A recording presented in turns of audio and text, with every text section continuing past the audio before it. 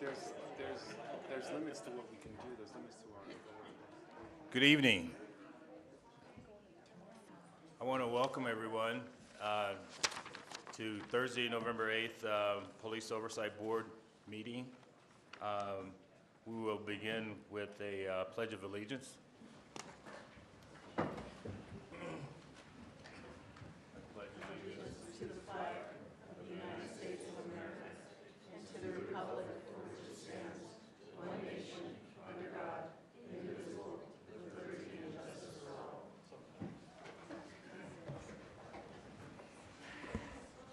Thank you.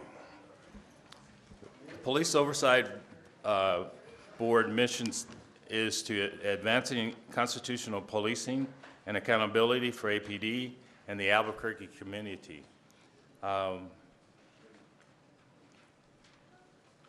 I get an approval of tonight's agenda? So moved. Before we start on the approval, I'd like to make a couple changes. First change will be moving item 16, which is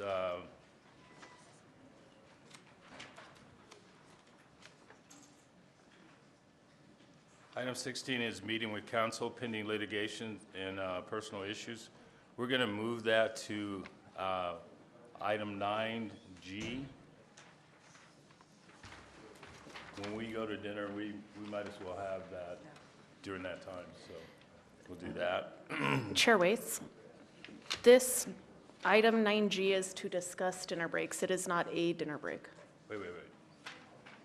Isn't that correct? 1, 2, 3, 4, 5, 6, 7, 8, 9. I'm so sorry. 10. Chair Waits, actually, this evening we can facilitate both. You can have the discussion, and there will be dinner. Yeah, that's what that was my plan. Right. Okay. Yeah. Thank you. Yeah.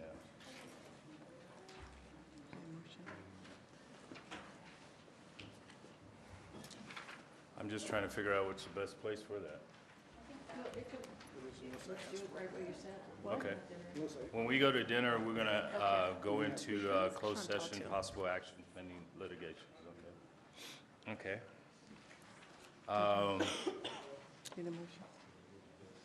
Well, that's not the only change you must make. Oh, he needs a motion on that. Do you need a motion on that one?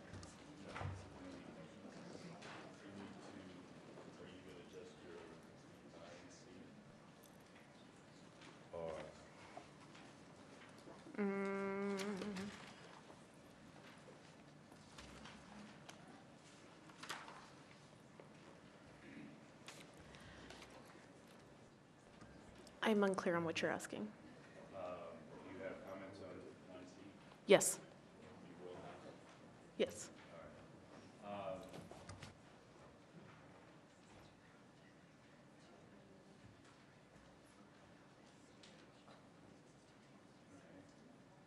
Yeah, the non-consent agenda item.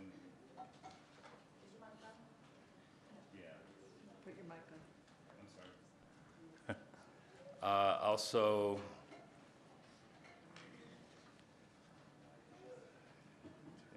item 11, non-consent agenda, closed cases. It's administratively closed.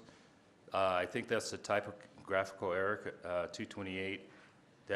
It should be 228-17. No, that's incorrect.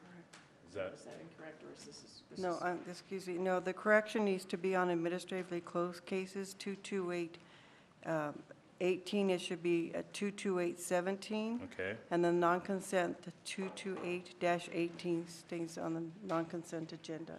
Okay. There was just a typo there. All right. Thank you. All right.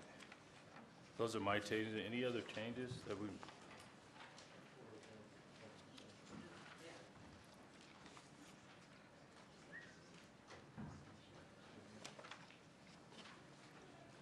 No other changes? Can I get a motion to approve the agenda? tonight's? Motion to approve the agenda with those changes? I second. Okay, there's been motion and second that we approve the agenda. All in favor? Aye. Any opposed? Approved. Okay, public comments. Because of our huge agenda tonight, I really want to hold everyone to their 3 minutes. I don't want to be the bad guy and say, hey, you got to go away, but we do have 5 people I want to get on the list. and possibly 6 people to be on the list. Ted Mazitsky? Yeah, you're on there. Okay, you're already on there. I'm sorry? You are on there already. Okay, thank you. So we will begin with Tony Pirard, Ted Mazitsky, and then follow up with Rachel Smith. Welcome. Thank you. Good afternoon, good evening. My name is Tony Pirard, and I would like to say that it will be my mission to assure that this oversight board gets the subpoena power that it desperately needs in order to clean up this police department. For starters, please do not consider renewing Ed Harness's contract, as he deliberately lied to the board on several occasions. And Ed Harness also has the same 2 investigators Robin Hammer had. This is a little conflict of accountability here. What the taxpayers are looking for is transparency and accountability and constitutional policing. Where is that constitutional policing? After all these years, they haven't gotten it yet. The shootings are still going on, and the shootings and assault by police are still occurring. How can the public trust police officers like Jessica Garcia, who had been in internal affairs the entire time this settlement agreement has been going on, but yet there's been no disciplinary action of officers of any kind?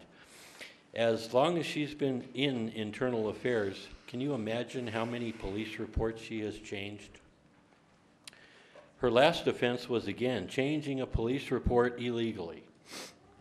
Jessica Garcia committed a felony and should be removed from the force, never to work in law enforcement ever again. Maybe this oversight board can make some suggestions on how to get the public trust back. The public will never trust this police department again as long as lateral officers with baggage double dip and rape taxpayers even more. We need fresh blood in this administration and police department, and not the same old corrupt people from past administrations. Sorry to say that Tim Keller is backsliding, and his reputation has already been damaged by the hiring of Damon Martinez, and that is another person who conspired against the taxpayers and committed public extortion. And now Damon Martinez wants the public to trust him again after he betrayed the public trust? To make policy for APD, we cannot go down the same destructive path that you are on again with the Keller administration. Thank you. Thank you.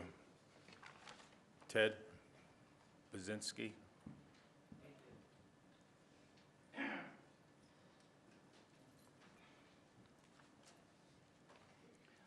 Would you give me an overhead, please?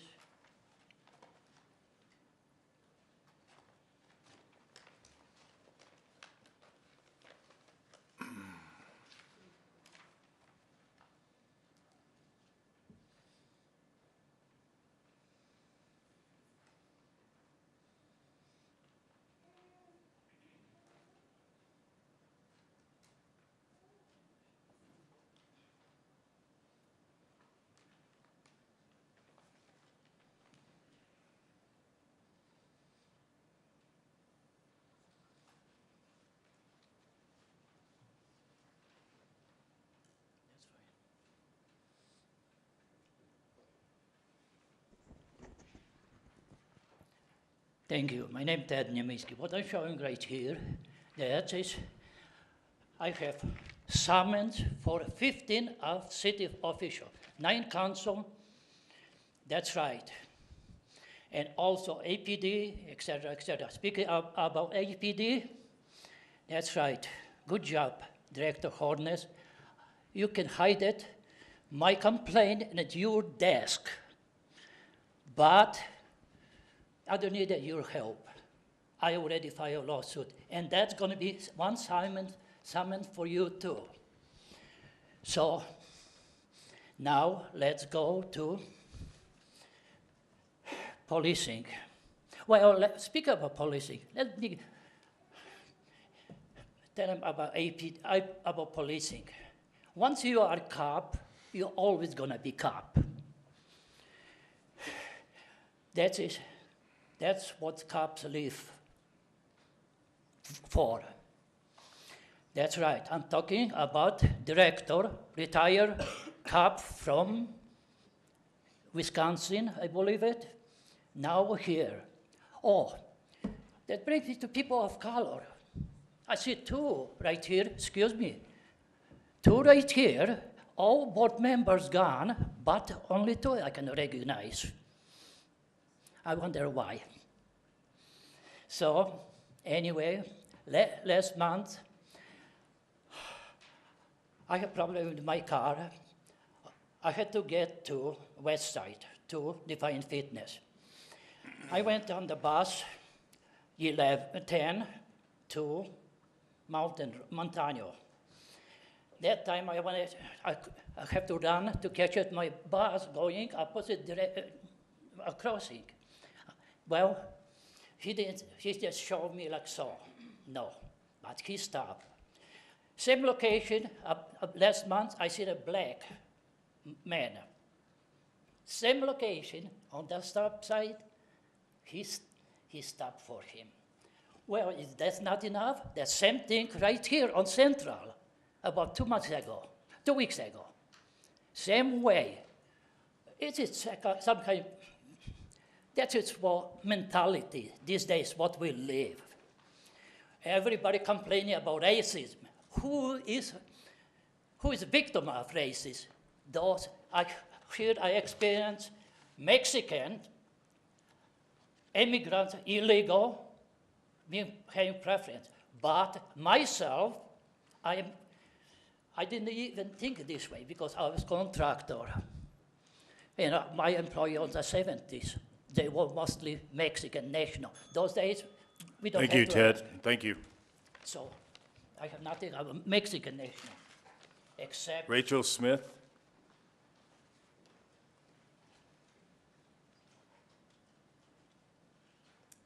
Good evening, Chair Waits and members of the board. My name is Rachel Smith, and I'm the Policy Director at Albuquerque Healthcare for the Homeless, part of the APD Forward Coalition. I'm here to speak about 257. We did submit comments as part of APD Forward, but I wanted to reiterate our comments on 257-2, sections with 2, 3, and 4 paragraphs. And we believe that it's problematic to require supervisors and detectives to take into consideration Graham v. Connor. The purpose of 257 is to establish an administrative standard for review and investigation of APD use of force.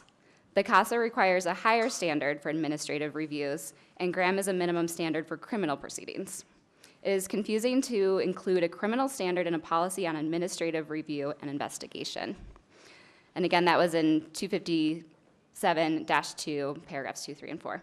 But I'd also like to applaud an improved public comment process. We submitted our comments. There's now an SOP liaison. We really appreciated hearing feedback as soon as we submitted our comments and looking forward to the follow-up from that and working with the SOP liaison moving forward.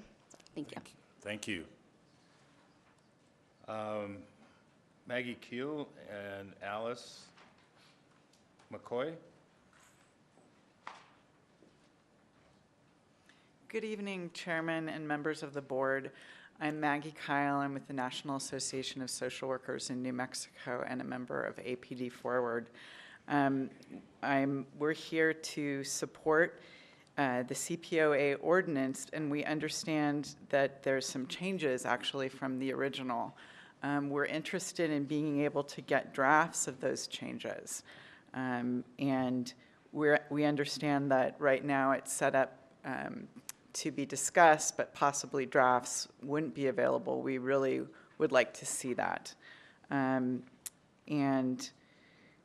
we want the POB to maintain independence. We feel that's really important. Strengthen its powers, and then, of course, be CASA compliant. Thank you. Thank you. Alice?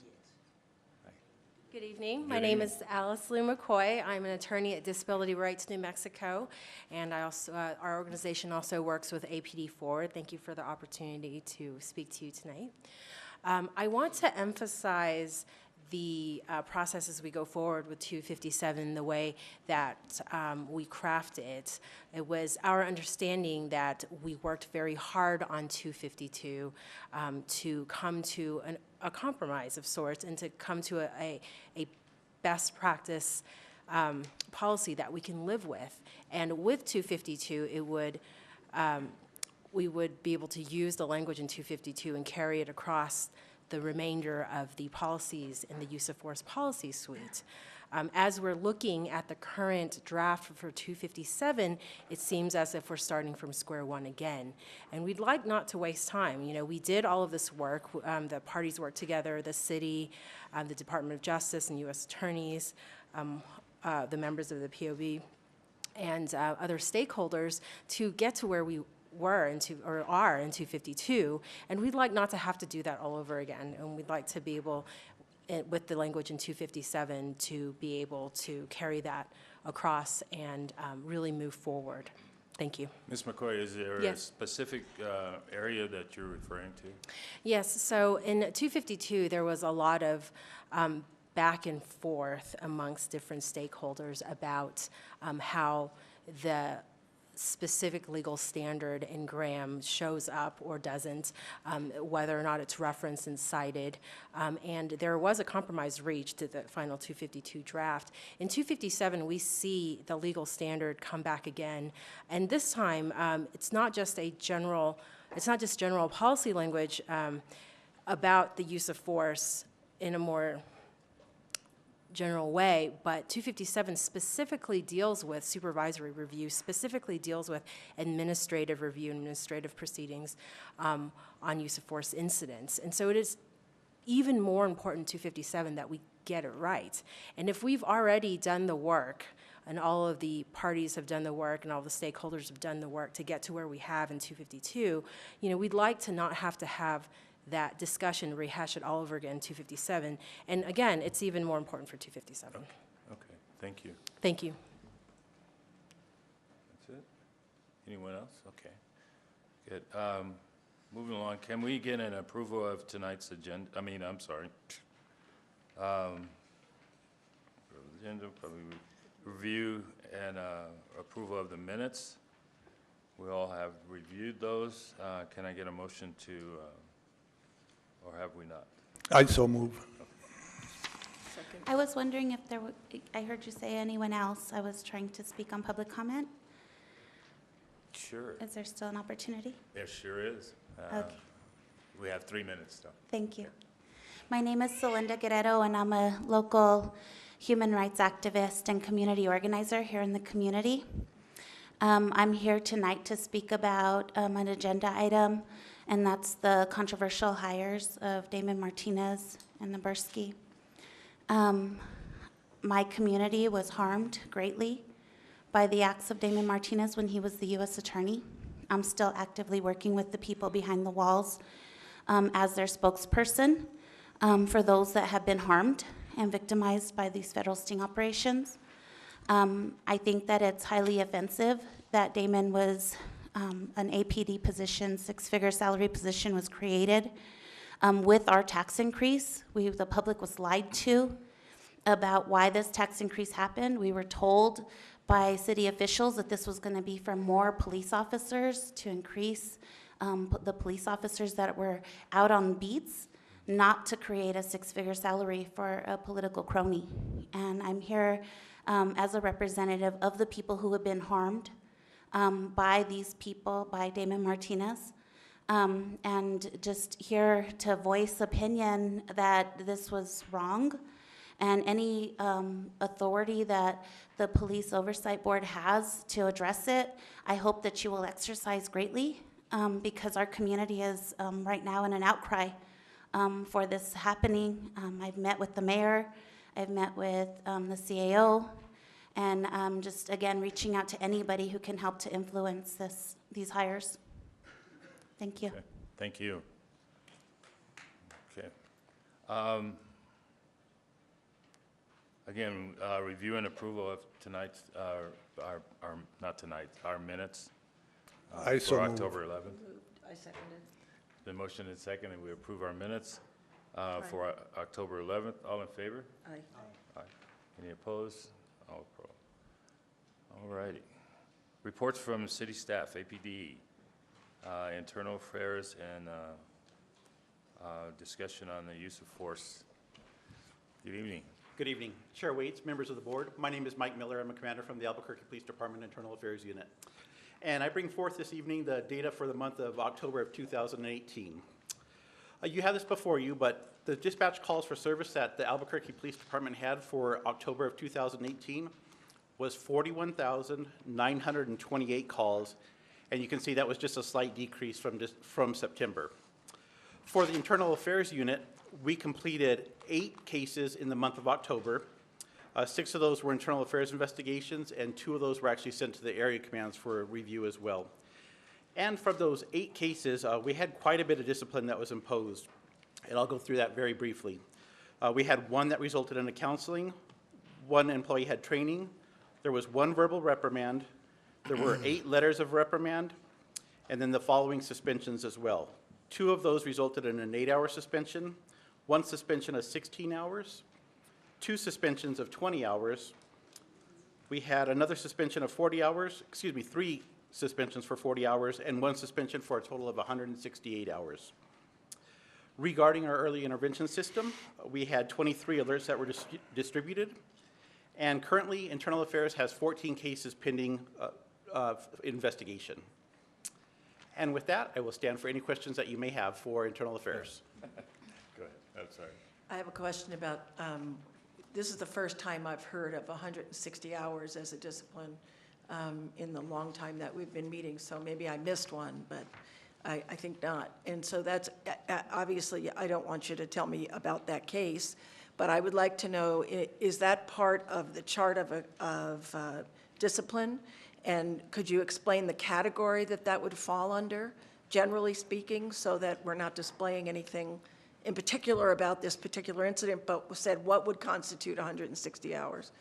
Yes, Chair Waits, Member Fine, it can be a variety of issues. All of our SOPs have, well, many of them have sanctions associated with them, which is it guides to, if there's a specific violation, what the corresponding discipline should be as well.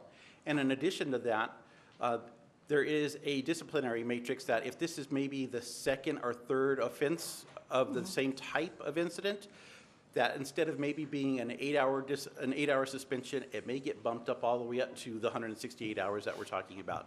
So it can be any type of misconduct. It could be anything from being unprofessional with the public if it's a 3rd or a 4th time, or if it was a more serious offense for a 1st time where the chief of police felt that some sort of substantial discipline was needed and suspension, then that could be done as well.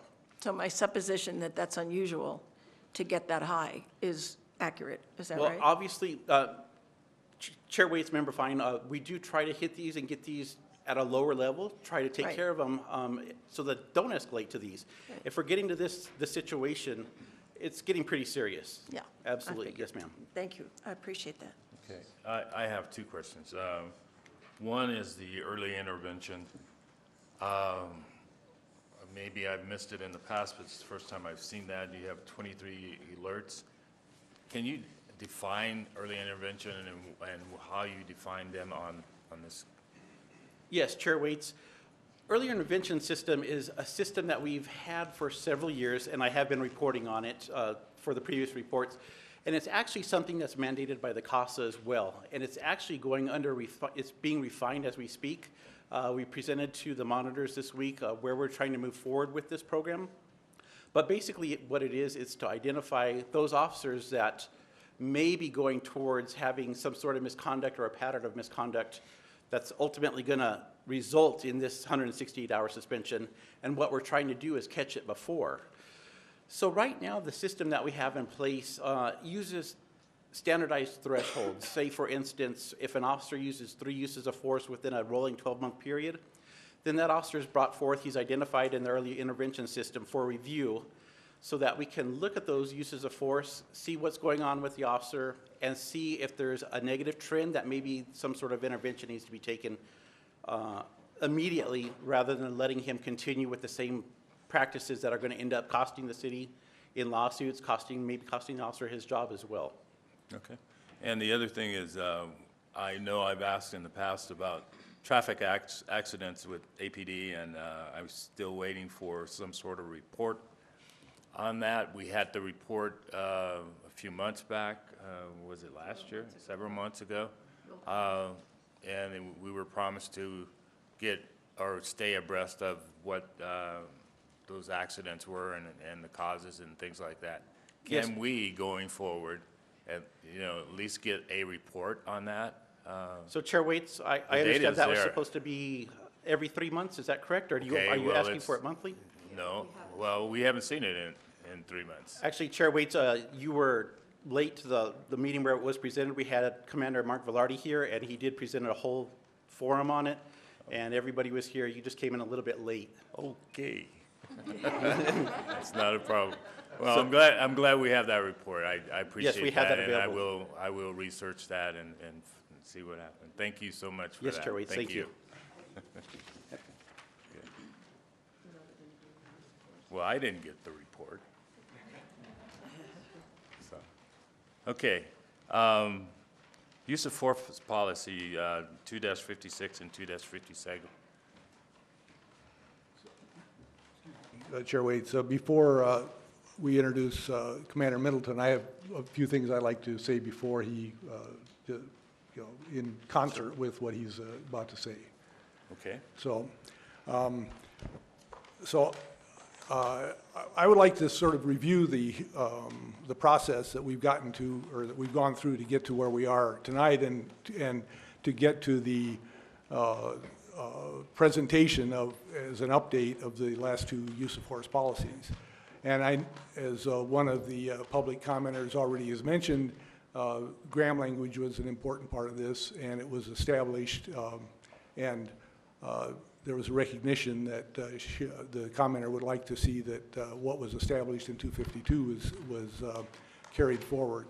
And that dovetails somewhat with what I had prepared to say here, and so I'll go through what I had to say, which is that on October 4th, there was a meeting where the results, the final policy of 252 was presented at the DOJ with the monitor and APD present. And I think at that meeting, the Graham language was essentially substantially settled or resolved in the use of force suite, because 252 had been a compromise draft that had, and is the most critical, the first part of the use of force suite. And this final draft had reduced Graham language to 1 mention of the Graham case, and it clearly stated that the minimum use of force necessary was APD's higher standard. So,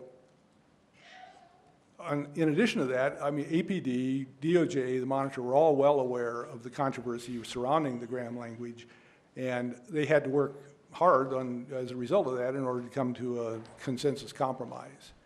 So at that same meeting, with amici present, the same parties, but now I'm including the amici, an APD forward represented complimented this group for having done a job well done for threading the needle with respect to Graham language. And they had done that by getting this work down to 1 mention, I think. Then in comes, we're now through the process to where SOP 256 and 257 were presented at OPA on October 18th. And the 256, of course, is the use of force reporting by department personnel, and 256 is the review and investigation by department personnel. So at that point, with respect to Graham, it was fairly settled, and it was essentially pro forma when APD, there were representatives from APD Forward, our POB, and the APOA president were there, and they presented their views on Graham. And essentially, it was, in my view, it was to assure that the balance that had been struck earlier on 252 was maintained. So then, on November 2nd, the PPRB met, and that was for the purpose of considering the progress of 256 and 257 drafts, which had been produced following the 7-day commentary period, which followed OPA. So this is kind of a review of the process of approval, and review and approval. So it's OPA, there's a 7-day commentary period, and then there's a PPRB meeting. And the 7-day commentary period that follows OPA is primarily for the purpose of getting APD at large comments. So public comments are available throughout, but this is one that tends to focus on the APD officers and staff. So because of all these earlier actions on 252, I think consideration of SOP 256 and 257 at the November 2nd PPRB meeting was also somewhat pro forma, in that the substance of the policies had been decided with the acceptance of 252, and these policies needed to be passed along to the DOJ and monitor for review so APD could approve and finally implement a use of force policy suite that officially elevates minimum use of force necessary as APD's practice, and the police academy could focus on the training accordingly. And I might mention that there's a timeline which has been imposed by the court as to how that process should proceed, and I think that there's been some erosion of the timeline, but nevertheless, the court's paying attention to this. So, because of this compromise language that was reached in 252, I think that the PPRB meeting at which this was presented last week was mostly about, if not entirely, about the process. And at that time, I voted to move the policy forward from the PPRB to the 30-day commentary period. And this is the 30-day commentary period when the POB can make recommendations on on a further developed process than the one that started out at the very beginning. And since this is a new process, the whole use of force suite was rewritten. I think that there's a lot more change from the beginning to the end, and there's a chance all along the way to make comments. So tonight, this board will be presented with an update in 256, 257, and still another opportunity to express its opposition to the inclusion of Graham language if they choose.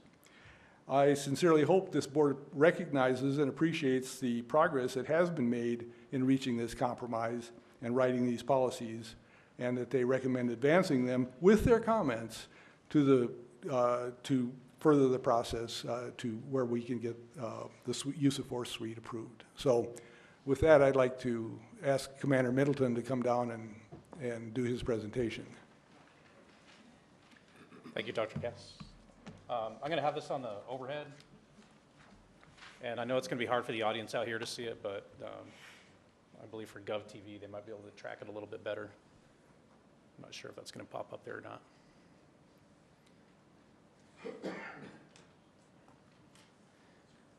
Okay, like you said, this was a collaborative effort, and it did everything that we're doing now for 56 and 57. We're staying with consistent language through 52, 53, 54, and 55. I'm going to stop at what I think are significant portions of this policy. The last time I presented this, it took 3.5 hours. I'm not going to do that tonight. So I'm going to, as you'll see through here, I'm going to go through the policy. I have several notes along the side. These are comments that I've taken along the way. There's actually several hundred pages of comments that I have and literally it's hundreds of people. So when you mentioned the APOA, and the APOA had comments for us, and they wanted to make sure certain things were added, that the APOA is led or is headed by a few people, but the actual the association, all the members in the APOA did have the chance to comment on this policy through Power DMS comments. So we copied all those, we considered all those, and we have inclusion of or reasons why we didn't put in their recommendations. So I'll start with 256. 256 is the reporting of, yes, ma'am. May I ask him a question? Commander Middleton. Yes. I think that based on the comments we've heard already tonight and the concern about 256 and 57 not matching, there's a perception that they don't match the compromise that was reached on 252. Sure. I wonder if you could just overarching give us an understanding of why they would be different. Sure. I'll One talk about that. policy to the other. Why would we have to recreate the wheel here? Okay. This is a highlighted portion of 252 right now. 252 has gone through the entire process. It's approved by all the parties. All the parties have had a chance to look at this. It went through the Chief of Police and Dr. Ginger, and it is an approved policy now, awaiting the rest of the suite. So in this part, and I'll read this, under this policy and the Supreme Court's decision in Graham v. Connor, use of force by officers is considered from the perspective of a reasonable officer on scene and other requirements consistent with this policy. And then we refer to C Policy 257 for discussion of the use of force standard review. So we're referencing both here in the suite. And it goes on to say the department requires officers to exercise a higher duty of care than that set forth in Graham when performing their duties on behalf of the department and community. That means officers will be held accountable by the department when utilizing force that does not conform to this policy or training conducted by the department. And then when we go to 257, in 257, let me scroll down to where it says Graham. In 257, it says supervisors and detectives reviewing use of force shall take into consideration the minimum legal requirements as set forth in the United States Supreme Court decision Graham v. Connor, which establishes the objectively reasonable perspective of an officer involved in a use of force. So we are considering the minimum legal standard of Graham.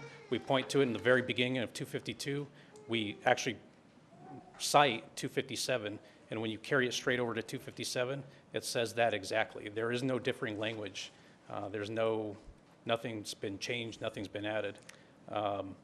And then any review or investigation of use of force shall also take into consideration that officers must at all times comply not only with the minimum legal requirements that I just cited, but this entire policy, this entire suite. And that's what I've been saying every time I come up here, that this is a stricter standard than Graham. And it says it right here, with the minimum legal requirements and even the stricter standards as set forth in department policy.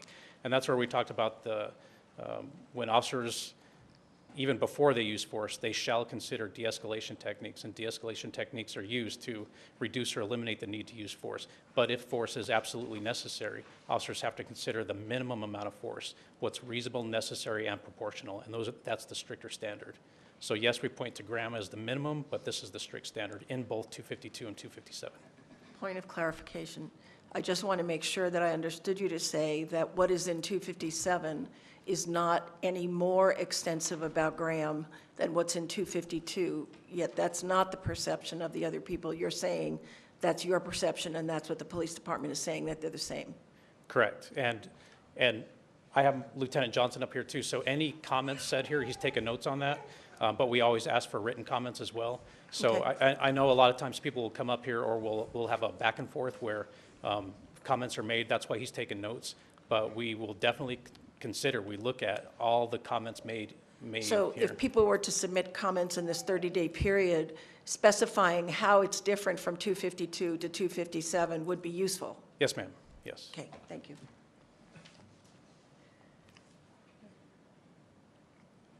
I feel like I Go ahead and do- answered the biggest question so far. I think that's the one that really needed to be okay. answered first. Okay. I'm going to still scroll through this. I mean, I could do a 10-minute on each one, and then as we, and stop me along the way. I tend to talk a little bit longer, but I'm going to just scroll through this. So when I talk about 56 and 57, once again, this was guided by the settlement agreement. I have the citations on the side here, what paragraphs they are. I'm not going to go through that like I did in 252. A lot of people have asked, is this a cut and paste policy? No, it's absolutely not a cut and paste policy, but it's guided by the settlement agreement. Like Dr. Cass said, a lot of the comments we got back said we threaded the needle, and we used these hundreds of comments. We used the CASA, we used best practices. to write this policy. One of the other things I can say is when referring to best practices police departments, if you look at the Los Angeles Police Department that has approximately 10,000 police officers, they use Graham language. If you look at the Seattle Police Department, which is a best practices police department, they have approximately 1,500 police officers. Same with Cleveland, 1,500 police officers who use the Graham language. But am I wrong that the purpose in changing this and changing it on its head was that we were going to use the least amount of force necessary? So the fact that LA has Graham language doesn't answer that part of the question unless it has both. And that's where we were confused, is why is there both? Why is it necessary to have both?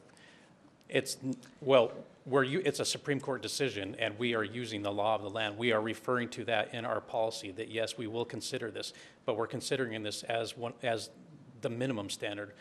We're going more strict than that with our policy. So that's I guess we can say a starting point. Yes, we are looking at that, but we are looking at the entire policy. Okay, So, thank you. Yes, ma'am. I think I just explained the purpose. So the purpose is 256 is to guide all officers in how to report a use of force. When we go live with this joint stipulation, there are level 1s, 2s, and 3s, and that's how that's what this policy points to. There's a classification system for the use of force. That's 2-56-3. And instead of just citing to the definitions in 253, we spell it out here again. That was based on a lot of recommendations. So we have level 1s, 2s, and 3s defined in this policy for reference. And when you go to 256.4, use of force reporting procedures, that's guided by the CASA. And this is a step-by-step use of force reporting procedure for officers who use force. And we had lots of commentary. These are a lot of my speaking notes on the side. One of the biggest things and one of the things or topics that I talked about this afternoon with the monitors is the OBRD. In paragraph 45 of the CASA, it's our paragraph that defines OBRD. We talked about activating, it's very strict. It says you will activate your OBRD in a use of force incident. But there are multiple reasons why in some cases we can't. And I think when I was up here for 252, I talked about the rapidly evolving event. And there are real examples where a police officer's been in his car and so he gets attacked. I mean, it's hard to say timeout, pause, let me turn this thing on. So that's why what we put in here feasible. But they are going to be held to a strict standard to turn on that OBRD. And that's what our backlog team is doing right now, is applying that strict standard.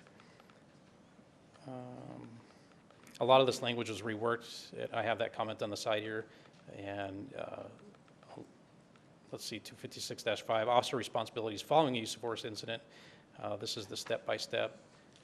And there's a lot of language here, and you'll see a lot of comments on the side about APOA, how they wanted to change a few things, but we did have a good, healthy argument about that, and that we cannot change it.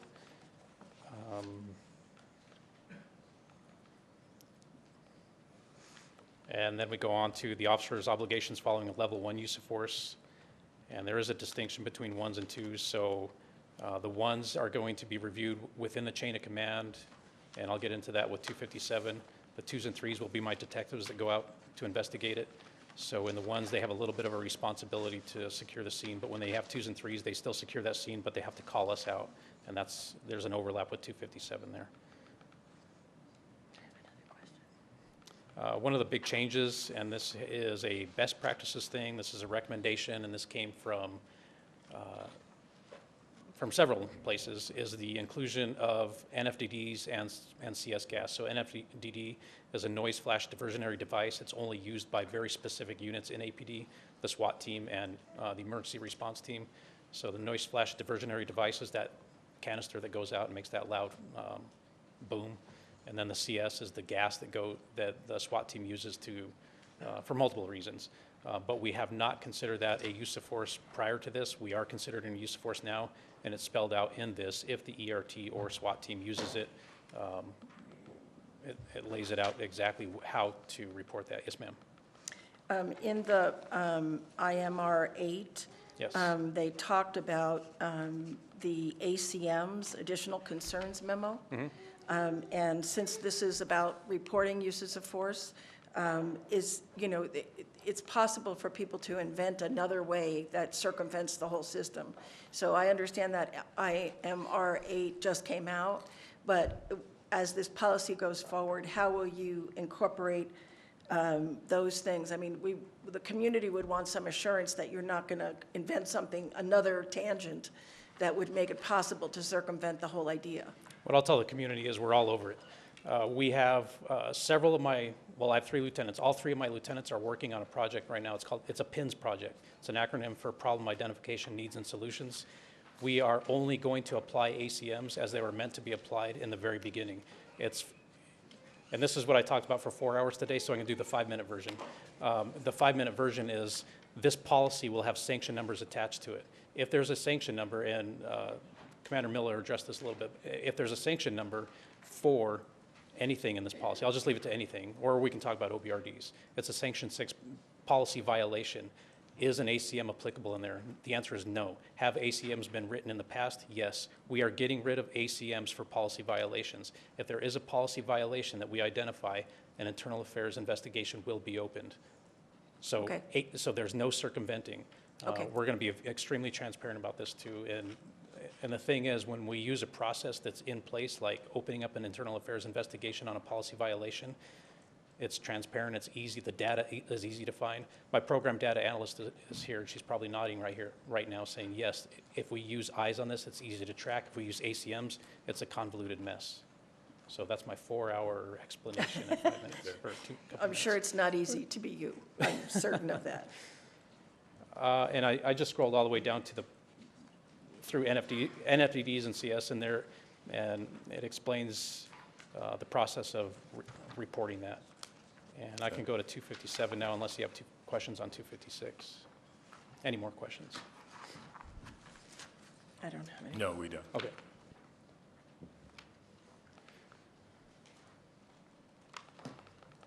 Okay, 257 is the final piece of the use of force suite. So we had 252, which is the use of force general policy, then we had the definitions, and then we had intermediate weapons, de-escalation techniques, the reporting, and now finally the review and investigation. The review and investigation, when this policy goes live, level 1s will be investigated by the chain of command, and 2s and 3s, we're taking over all of that. If you look kind of at the bottom of that, this is a 13-page policy, so it's pretty lengthy. But this, when we wrote this, it is in line with the law. It is in line with best practices. It does not create compliance issues for the city under any CASA regulations. And the monitor, the parties in the community have had input on this. And I made that first reference to 252, so I'm going to skip that again. One of the big things here, and I know the training academy is sitting behind me, when we go through Power DMS comments, we write a lot of notes on the side there, like, because officers are asking these questions. There's a lot of confusion when they see this at first glance because there's no training that's been conducted yet. One of the biggest things as they look through this, and it's highlighted right at the top there, is how can you define an injury? What is an injury? And I know the academy is working on that, and there's going to be several examples of that. It sounds easy. If you tell me you're injured, but that's not the case sometimes when you're a police officer. When you put handcuffs on somebody, a lot of times they say, ow, and then we have to evaluate, is that an injury or not? Because if it is, we're going to investigate that as a use of force. So that's what the academy is diligently working on right now. Once again, this is all guided by the CASA, and I have the paragraphs there, but I'm not going to mention them as I go through. And then this policy, the way the paragraphs are set out, there's 1, 2, 3, 4, 5, 6 paragraphs. We did take input from everybody, and even though it's not a priority system, we would like the reader to read it in an order based on all the comments, and they are in this order on purpose. And when you read through that, or you want to make notes on that, or give us feedback on that, please, by all means, give us the feedback on that, and we'll take that into consideration. And you'll see on the side here too, if you want to review this again, but you'll see a lot of APOA comments. They really wanted us to put in 20/20 hindsight and some other comments in here from Graham, but we did not include that. And that's all intentional. We're not going to put that in the policy. So Graham isn't in 257? Grandma's in 257, but the 2020, the language 20, quote unquote, 2020 hindsight is not.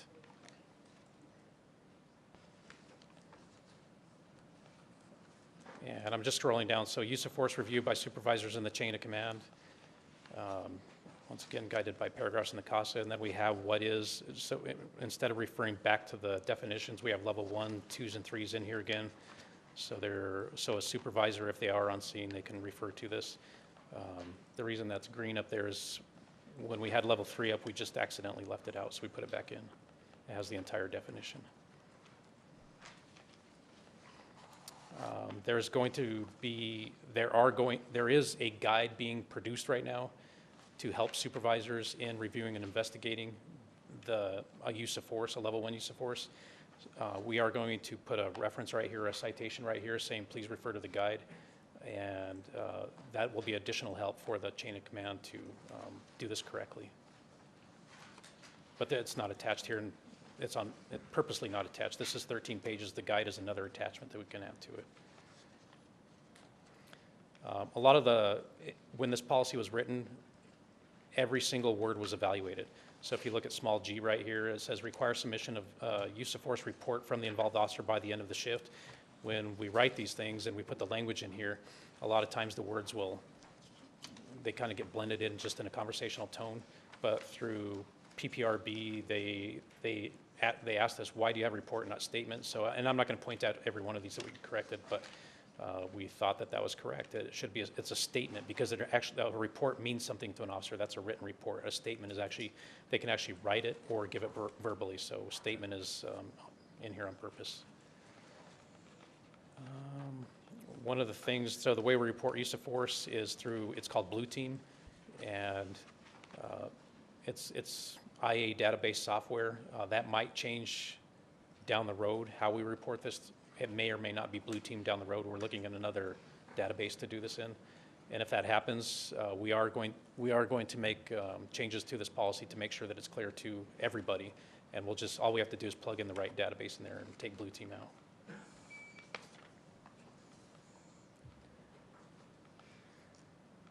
And there's everything that they shall do for a level 1. Sorry, I'm not reading through this. I know everybody has copies, and that's why we're going to solicit comments here. One of the things that APOA asked us to do is, if you look at number 3 there in the top, this is in several places, and it's highlighted in green where we plugged it in. I'm going to just read this one for you, not everyone. But it says the chain of command shall suspend a level 1 use of force review and immediately notify IAFD, that's the Internal Affairs Force Division, and the Chief of Police upon the discovery of apparent criminal conduct in the use of force by an officer. And what the APOA said, they said, okay, you're suspending this, you're notifying all these people, you know everything going on, but the officer is left out there not knowing what's happening. So is that fair? And we're looking at this as an administrative process, and the answer is no, that's not fair. So yes, we should notify the officer every step of the way of what's going on. So you'll see that plugged in everywhere, that with notice to the affected officer for every one of these steps. And the reason my copy is different is this is the editable version, amendable.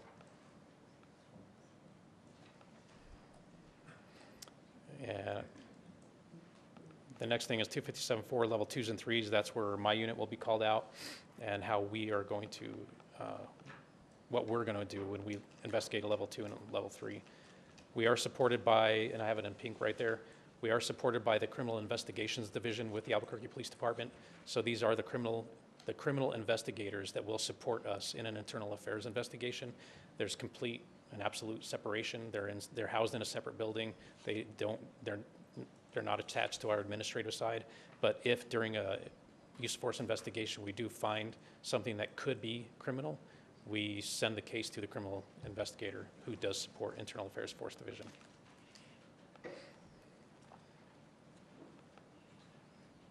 And this is quite a lengthy set of steps that I'm skipping through. One of the things when we do the admonishment, several questions were asked about this. when we tell an officer, don't speak to anybody while we conduct this use of force investigation, several people ask, and they say, what do you mean don't speak to anybody? You can't talk to your wife, you can't talk to your representative, behavioral sciences, peer support, any of those people? And I wrote a comment on here, yes, of course, they can talk to all these people, but you cannot talk about the facts of the case. And that's what protects the integrity of the case for us while we investigate it. But yes, of course, you can talk to your wife about this, just not the facts.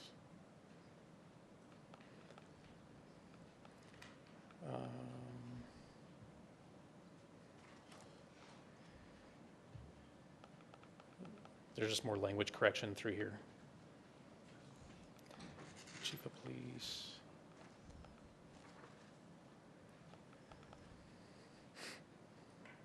And the reason I'm doing this, I understand that everybody has a copy. Okay, all right. We just don't have your copy. We have, just without the notes. Your copy We is don't the have your anything copy is the highlighted. cleaned up version, yes, yeah. And I'm here to answer any of these questions, and I can, and like, you know, I could be here for 3 hours if you want me to go through every one of these comments. Okay, all right. One of the things here, so the chief of police shall instruct that any completed criminal investigation into use of force performed by the multi-agency task force shall be forwarded to. Originally, we had in here the Bernalillo County District Attorney's Office or the FBI or the USAO. Essentially, that's a prosecuting authority, so to clean up and eliminate a lot of that language, we're just writing the prosecuting authority, and that was a recommendation from several people, including PPRB. That is the synopsis version of 13 pages of that policy. So I can answer any questions you have now, or I'm not sure if the same group or if anybody wants to make more comments now. She wants to make the last comment. Okay, well, I have a comment. Do you Oh, want to wait? sure. I have a Chance to look at that.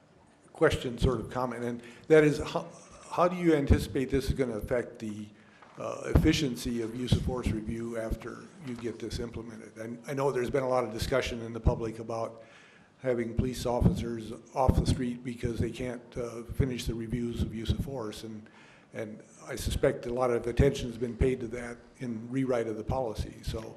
Right.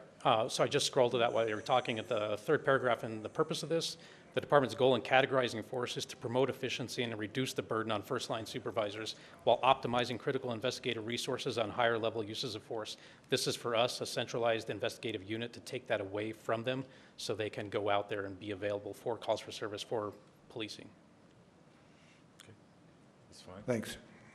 Is it, I just want to recap on the whole suite of policies.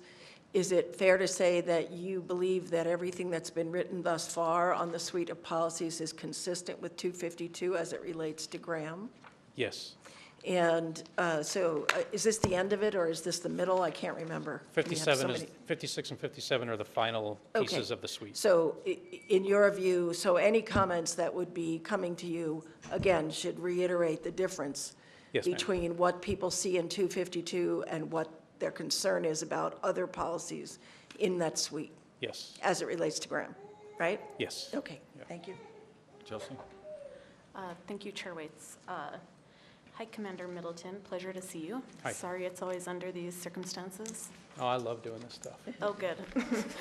Okay. So I have had the privilege of attending some meetings on these policies. So I attended the Office of Policy Analysis meeting on 257.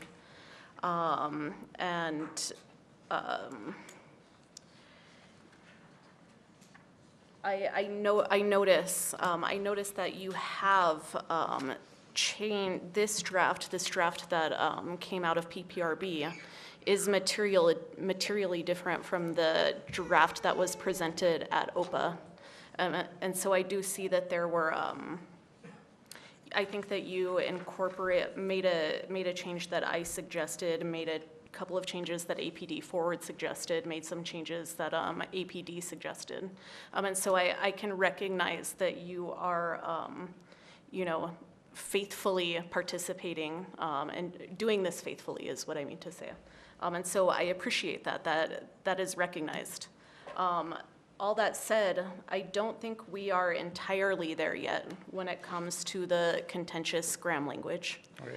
And so the distinctions that I would draw between between 252 and 257, which I think we had someone make comment on that, we expected 252 to carry over in a very direct fashion into 257.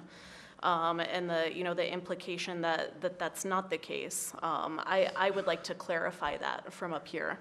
And so what I see as the difference is that in 252, there was a citation to Graham v. Connor.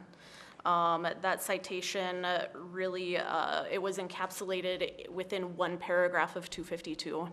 And it explained that Graham v. Connor is a legal standard, but 252 sets a higher standard. And so the issue that we have in 257, however, is that we don't have just, we have a citation to Graham, but it does not, it's not couched in that same, sort of like limiting context. And in addition to that, we actually have, instead of having the one paragraph that we see in 252, in 257 here we have 3 paragraphs. And so paragraphs 7, 8, and 9 are all from Graham v. Connor. And so I attend at that Office of Policy Analysis meeting where we discussed 252.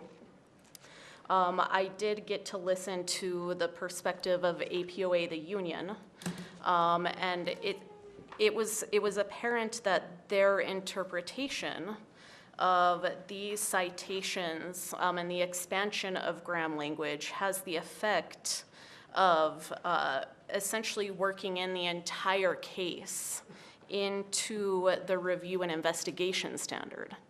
And so that is, I feel that that's unacceptable in that 252 sets a higher standard, a minimum standard, which is a higher standard than the one we find in Graham.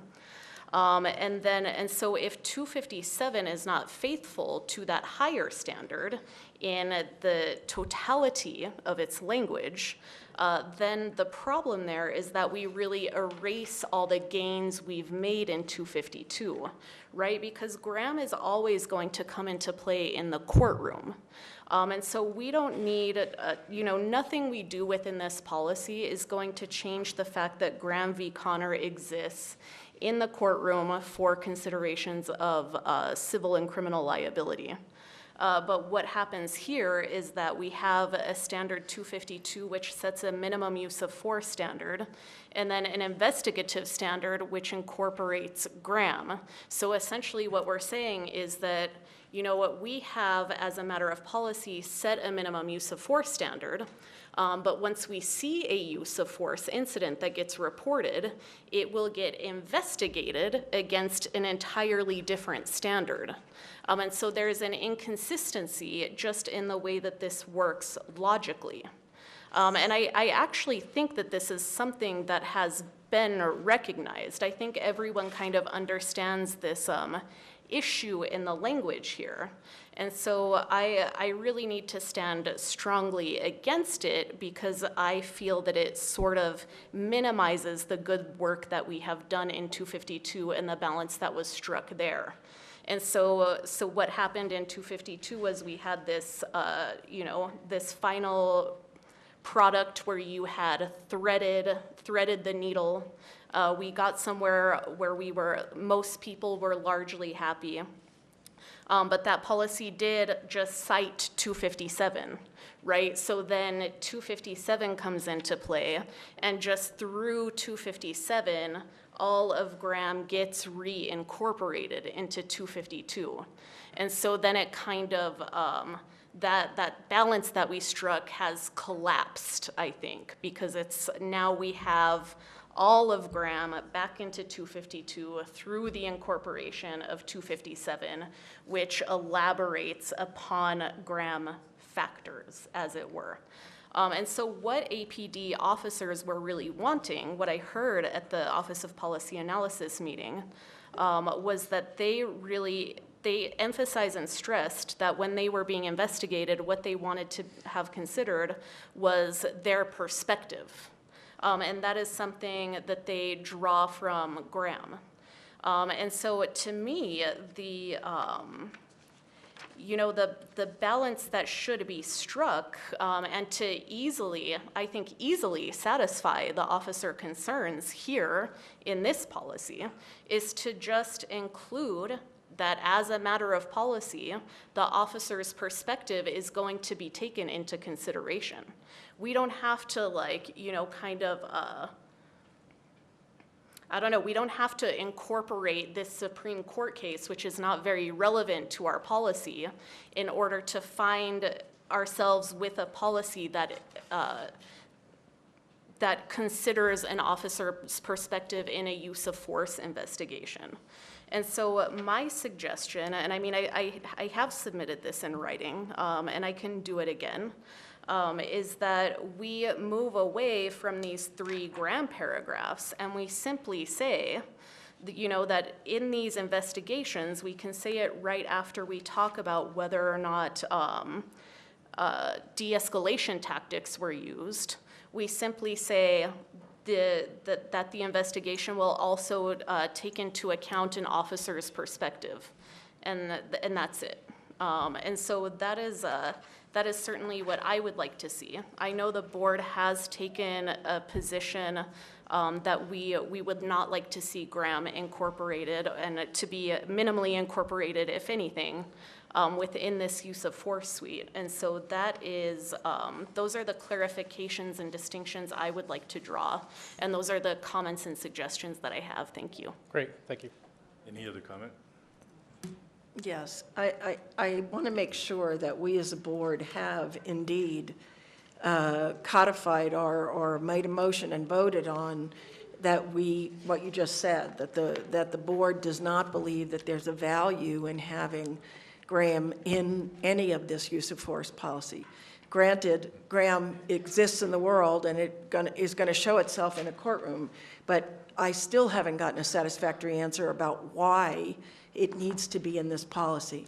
And I just I heard you reference that we took a vote last time, and I want to make sure for the record that that's accurate.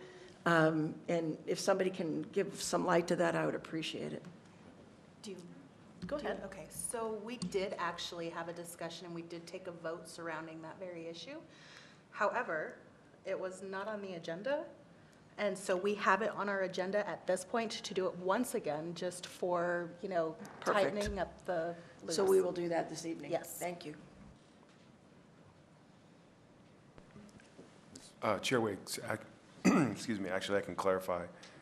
You did take 2 votes regarding the standard. The use of force was on the agenda, so you did vote to be opposed to any Graham language in the use of force policy. The subsequent motion and vote for guiding PPRB participation was not on the agenda. So the use of force portion of it was on the agenda. So you have taken that position. Okay. So we don't need to take a vote. All right. Any other questions or comments for the officer? Thank you. Thank you so much for that. I have one additional thing, and I think some emails might have been traded back and forth. Director sure. Harness just handed me Sure. a policy 1-3, and it's the grooming standards. And I believe you have that in front of you. And I read that today. So, yeah. right, and I know as a transparent agency that, if the public looks at police officers and they see that uniformed police officer on the street, it should be up to you if, what you approve as a grooming standard. And one of the new points in this grooming standard, there's a couple new things in there. One is to allow police officers to show tattoos. And like, people have asked me personally, I don't mind. I think, there's several stories and several testimonials where police officers are showing or have tattoos showing on their arm, and it's a conversation starter. It lowers the stress. There's a lot of reasons why, and then there's also officers out there who are under our current policy who have tattoo. It's not, we can't show tattoos, so they put this pantyhose sleeve on their arm. And when you look at that, is that a professional look? And if you ask me personally, no, that's not professional. So if you want to balance that, we'd love to get the public's opinion on that. The next thing is facial hair, and I might have come in, I might be the wrong example today, but I'm not in uniform. You know, do you want to see your police officers, you're having a beard in uniform? You know, it's 2018, we're moving forward. Several police officers allow this. If you look at the Casper Police Department, I do a lot of ethics training with them. Their police officers are out there in the community. They're highly involved. They're trained in ethics, and they have beards and tattoos showing. Their public doesn't mind. The public does not mind that. So, you know, we as a department, I think, are interested in getting the public's opinion on that. Okay. So We'll take that into consideration. It's funny that you said that. My last ride-along, the officer had the sleeves on her arms, and I said, "What is that?" You know, Yeah. it's not cold. Why are you have that? And she said, "To cover your tattoos." And I'm thinking, yeah, I have one kid that's tattooed and another one that's blank, and you know, welcome to Albuquerque. Everybody has tattoos. right, and there you go. So. Chair Waits? Can I just ask a brief clarifying question? So the thrust of what you're looking for input on is how does the public feel about seeing tattoos versus not seeing tattoos, right? Correct. And then the other one is how does the public feel about facial hair versus non-facial hair? And uniformed police officers, not plainclothes. Okay, and then is there any like similar questions about piercing or Yeah. piercings or anything like It's in that? there. I think piercing is pretty much covered in there, and nothing with that. There's nothing changed with that. Okay, thank you. Sure. Chair Waits, at the Office of Policy Analysis, when this came aboard, I believe that we also recommended that this policy be made gender neutral. So I think that's an aspect that needs to be considered as well. Okay. We'll take that into consideration. Anything else? No, I think we just bring this back next meeting to give them some feedback. Okay. Thank you Thank you. so All right. much, Thanks, appreciate it. Commander. Okay, City Council. Chairman Waits, board members, now I feel like maybe I should have trimmed my beard this morning. Got a couple dates coming up for city council meetings at the upcoming November 19th meeting. OC 18-8, the reconfirmation of Director Harness will be on the agenda. On November 26th, the Police Oversight Ordinance Amendments will be on the agenda for the Finance and Government Operations Committee meeting. Other items, the council is aware of the vacancies and dealing with these, and the legislative updates is a priority of the council, and we're working to have them wrapped up. We are aware that board members Galloway and St. John are willing to continue to serve and be reappointed when their current terms expire in February. We appreciate their willingness to continue to serve and their commitment to the board. In the past, reappointments have gone in front of council in January or February, and we plan on the same thing happening with these reappointments. And with that, I'll stand for any questions. Anyone have questions? Ms. Galloway? Sorry, just one more time. November 19th is Director Harness's contract, and November 26th, the ordinance revision should go before the Finance Committee? Yeah, Chair Waits, Board Member Galloway, yes. November 19th is a full city council meeting. Right. November 26th is a Finance and Government Operations Committee meeting. So the way the process works is the ordinance will be heard by the FGO committee, and then it gets referred out to the full council after that. Is that FGO committee meeting public? Yes, absolutely. Chairman Waits, Board Member Galloway, 5 p.m. on the 9th floor in the council committee room. Will we see those proposed revisions ahead of time? Chairman Waits, Board Member Galloway, there's not a draft currently that's ready for distribution, but the plan is to have a draft for that committee meeting, and as soon as I have something, I will definitely send it over to the board. Okay, thank you. Chelsea? Thank you, Chair Waits. Mr. Moya, so the revisions coming before the Finance and Government Committee on November 26th, are those our revisions, or is there something further? Chairman Waits, Board Member Van Deventer, the current legislation in front of FGO is the recommendations from the board. It sounds like there may be a new kind of version that adds some certain things to it, but at this point, there's nothing kind of out yet. Okay, when you say it sounds like there might be more to it, do you know what the nature of the further amendments is? Chairman Waits, Board Member Vandeventer, no, I don't. Okay, and do you know what the source of the further revisions and amendments are? Chairman Waits and Board Member Vandeventer, the co-sponsors of the legislation are Brad Winter and Councilor Brad Winter and Councilor Isaac Benton, and they'll be the ones that would work on the ordinance. Okay, so you think that further amendments are coming through Councilor Winter and Councilor Benton? Chairman Waits, Board Member Vandeventer, I believe so. Okay, thank you. Yes, Chair Waits, Mr. Moya.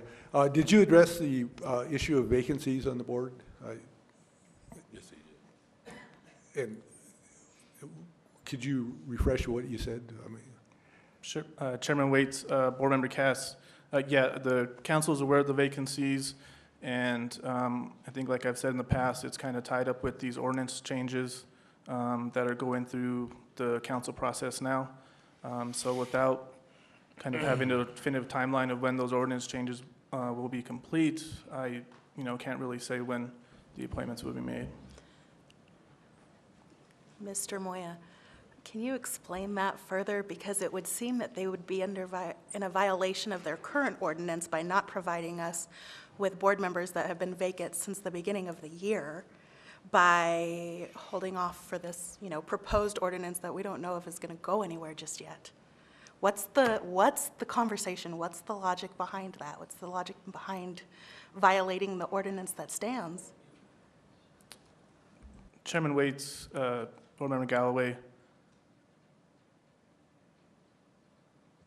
I may not be at liberty to say a lot of kind of what you're asking, but I would assume that the councilors believe that they're not in violation of the ordinance.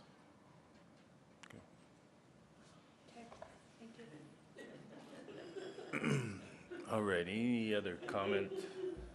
Okay, thank you. Mr. Lewis, the mayor's office. Chairman Waits, members of the board, I just wanted to come and remind the board that we've extended an invitation. We're going to have the town hall this coming Saturday from 2 to 4. Sign in starting about 1:30.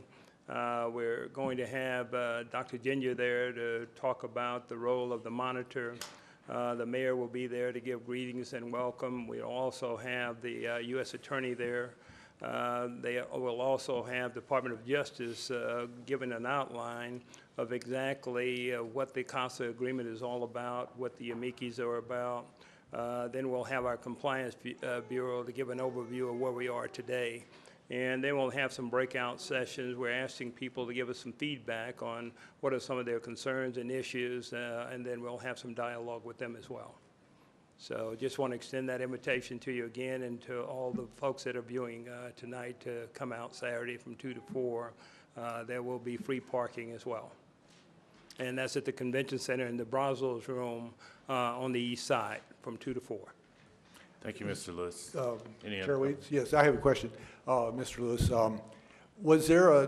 Does that include an invitation for us to participate in some way as a board or as an agency so that we're represented in this process? I was talking to Ms. Bustos, who's our outreach coordinator, and she said there was some issue with space or something like that. So I'm wondering what's expected from us. Chairman Waits, Dr. Cass, we're going to have some of the areas that's going to be putting a booth, such as the folks dealing with mental health, mental illness.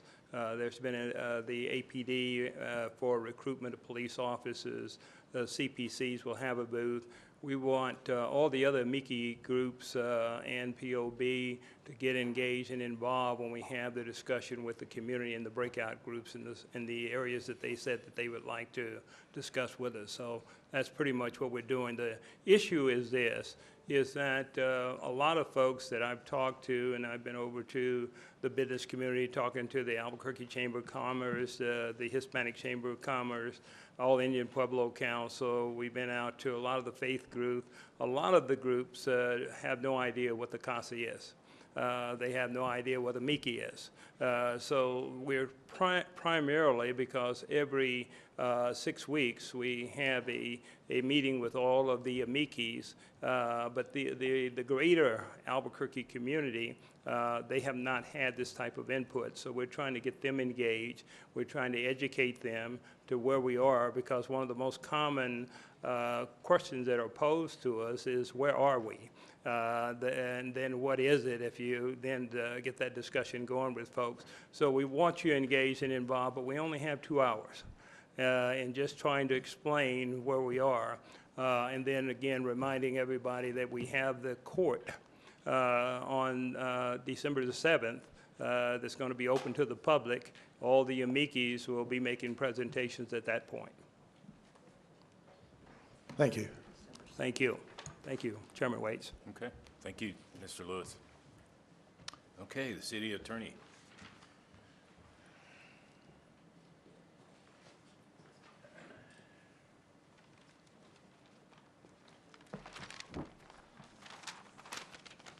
Mr. Chair, members of the board. First, to address a couple of the questions that were asked of Mr. Moya earlier, Board Member Galloway, we did receive a letter from the board's attorney. So I will be reaching out to Ms. Gooch and explaining some of those details that are not appropriate to discuss in this venue, but I will reiterate and will state that the City Council understands the importance of the board, of the CPOA in particular, in the compliance efforts. And they realize, the council realizes how critical the functioning of the board is to compliance, and they take that responsibility very seriously. And it's a top priority for the City Council. So, to address those comments, they are moving with as quickly as possible and will. And so I'm happy to address those specific concerns with Ms. Gooch.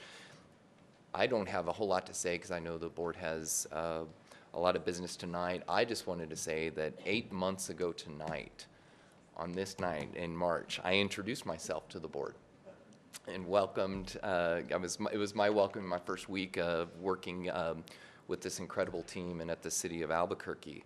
I expressed my appreciation for the work that the department had made in the 3 months into the Keller administration. Since that night, the department has made tremendous progress in its efforts to transform the department into a national model for constitutional community-based policing, the results of which are reflected in the recently filed IMR 8 report. This is due in large part to the leadership of the Keller administration, the Albuquerque City Council, Chief Geyer and the entire command staff, but in the largest part to the tremendous hard work of the women and men of the Albuquerque Police Department. There is still a long road to go, and the toughest challenge remains ahead of the department, which is reaching operational compliance. But as I stand here tonight, I am confident that the department will reach this goal sooner rather than later, working together with the community, with the stakeholders, with members of the public, and with this board. Thank First you of all, all let very me much. congratulate you on your 8 months. I know it's tough. I've been sitting here for 5 years, so it's important. But I do want to reiterate that it is very important that the City Council understands our needs. We're working shorthanded. We're overworked. You know, we have jobs, we have opportunities, you know, we need your help to help them understand that we need those people on this board, along with other things that we've talked about. Okay. Chairman Waits, and the council fully understands that, but like some of the challenges that the department is facing, it's more important to get it right than to rush through it. And so I think that's the concern, is to making sure that it's a deliberate process, and certainly the council will continue to keep the board up to speed. All right, I'll take your word on that, so thank you. I agree that rushing has not helped this process. But literally, I want to underscore the fact that by the time this, if it comes to fruition in December, it will be a year that we are down a third of the members. And that is not, by anybody's definition, rushing. So just for the record. Understood. Thank you. You all have a nice evening. May I be excused? Please. CPCs, do we have anyone from any of the CPCs?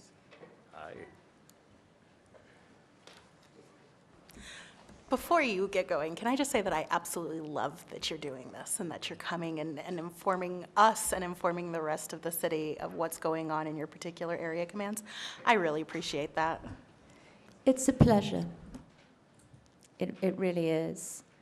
And I will say that most of the police constables in England do sport pretty splendid beards. I don't know about tattoos, but I do know they have big beards, some of them. I'll be very brief because I know that you have a busy schedule. I just want to say that we finished one of our recommendations. It's very close to its final form, and that's the voice to software recommendation, which we think will really save some time and some money for APD, and initially save some, not to begin with, because it might cost a lot, but over the period of time, and also free up our officers from not having to go back to the station or not having to pull over to finish their reports. We're also working on our commander tenure recommendation. The longest serving area commander right now has been there for 3 years, and he's not in the same command area. So we really feel that's important. We, as a CPC, believe very strongly that our brief is to work on and with the community on the CASA. So we're mainly slanting our presenters and our people in that direction. We do have occasionally some neighborhood concerns, but on the whole, we do focus largely on the CASA. So that's all I have to say. Thank you. All right. And Dorothy, you have? Any other CPC members?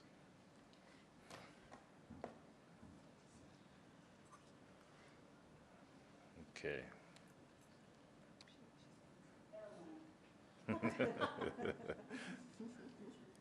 All right, thank you so much. APOA. Anyone from the APOA? No? Chair Waits, do we have anyone from the APOA at tonight's meeting? I don't know. I don't see it. No? Okay, thank you. Okay. Mr. Director Harness. Chair Waits, Honorable Board, the first item on my report is the review of the Lieutenant G investigation. On August 9th, 2018, this board requested I review the investigation that led to the demotion of Lieutenant G. As authorized under Albuquerque City Ordinance 9-4-1-6B2, which states in part, the CPOA Executive Director, in addition to his other duty, in addition to other duties, quote, shall review and monitor all internal affairs investigations. This particular investigation was conducted by Robert Caswell Investigations, RCI, specifically by investigator Brett Dennison. The investigation was assigned to RCI by the City Attorney's Office on April 22nd of 2018 and completed May 21st of 2018. I received a copy of the investigative file on September 7th of 2018, and I actually examined the original file at the city attorney's office August 24th of 2018. The investigation examined the conduct of Lieutenant G under two specific SOPs, 1-1-4D19, personnel will not alter, misrepresent, or make any false statement in any verbal or written report or in any other written document that has been completed in the course of their employment. And 1-1-4B5, personnel will not commit any act that constitutes a violation of the rules, regulations, directives, or orders of the department, to include but not limited to those outlined in this policy. Personnel will at all times be held accountable for their personal policy and procedure violations and must report any such violations to their command. The first SOP carries a sanction level of 1 through 7. The second carries a sanction level 4. The investigative file does not contain a chief's recommendations page, nor does it contain any aspects relating to discipline. The board and the public expressed concerns that Lieutenant G may have received favorable treatment because of her relationship with another member of the Albuquerque Police Department. I can assure you that did not occur, nor did Lieutenant G commit any crimes, nor let alone felonies. As I review this investigation, my opinion is a preponderance of the evidence shows no SOP violations occurred. The gist of the case is an investigation was completed on the 22nd of February of 2018. On the documentation within the file, there was a notation that the internal affairs review had taken place on the 23rd, one day later. The allegations are that that review did not actually occur until the 26th. What's pivotal is that the 120-day investigative period ended on the 23rd. This entire case is based upon a false narrative. All parties agree the investigation that contained the alleged backdating was completed on February 22nd of 2018, a day prior to the 120-day deadline. Therefore, in compliance with the collective bargaining agreement, the fact that Internal Affairs may or may not have concluded its review until the 26th of February is irrelevant to the chief's ability to impose discipline. It simply means the command staff would have had less days to conduct its review.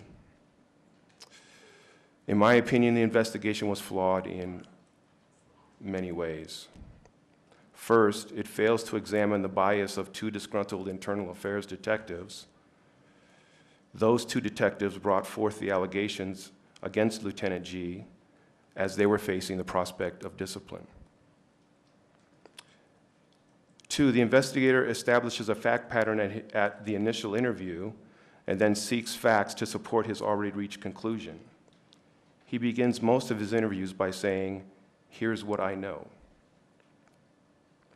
Third, he relies on the IA Pro audit trail to show that the only complete printing of the investigative file was on 2/26 of 18, when all parties acknowledged that paper copies of the file existed from other printing sources. The investigator draws the conclusion that a review could not have taken place until February 26th of 18, when in fact all parties acknowledged paper copies of the file existed previously because Lieutenant G had rejected the work and sent it back for rewriting. None of those printings, in fact, are reflected on the IA Pro audit log.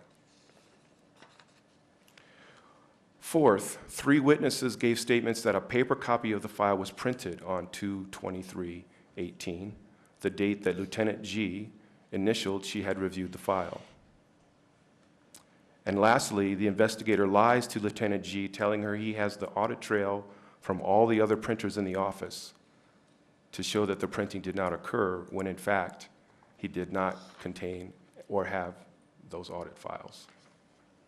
So I stand for questions. Do we have any questions? Chelsea? Yes, I have a question. Thank you for executing the review as the board requested. I unfortunately am not great at auditory processing, so it's really helpful for me to be able to read things. I don't know if you could give me what you've typed up at a later date. But the one question that I do have based on what I was able to process is what then is the explanation of the demotion? Because the demotion was purported to be connected to sustained allegations. And if the allegations really fell flat through this investigation, then what would the explanation for the demotion be? Chair Waits, Member Vandeventer, the investigator in this case did sustain the findings. He relied solely on the printing of the case on the 26th based upon the audit trail from IA Pro. So it was his recommendation that went forward. Also, within the interviews, there's been reports that there was a confession, and that was not in fact true. There was an acquiescence to, well, if you in fact have this evidence, then I cannot refute that, when in fact the evidence that the investigator claimed to have, he did not have. And if he had it, it is not in the investigative file. Okay, thank you. So it's your conclusion that the investigation was so flawed as to not be credible, and that there were consequences inflicted on Lieutenant G based on a flawed investigation?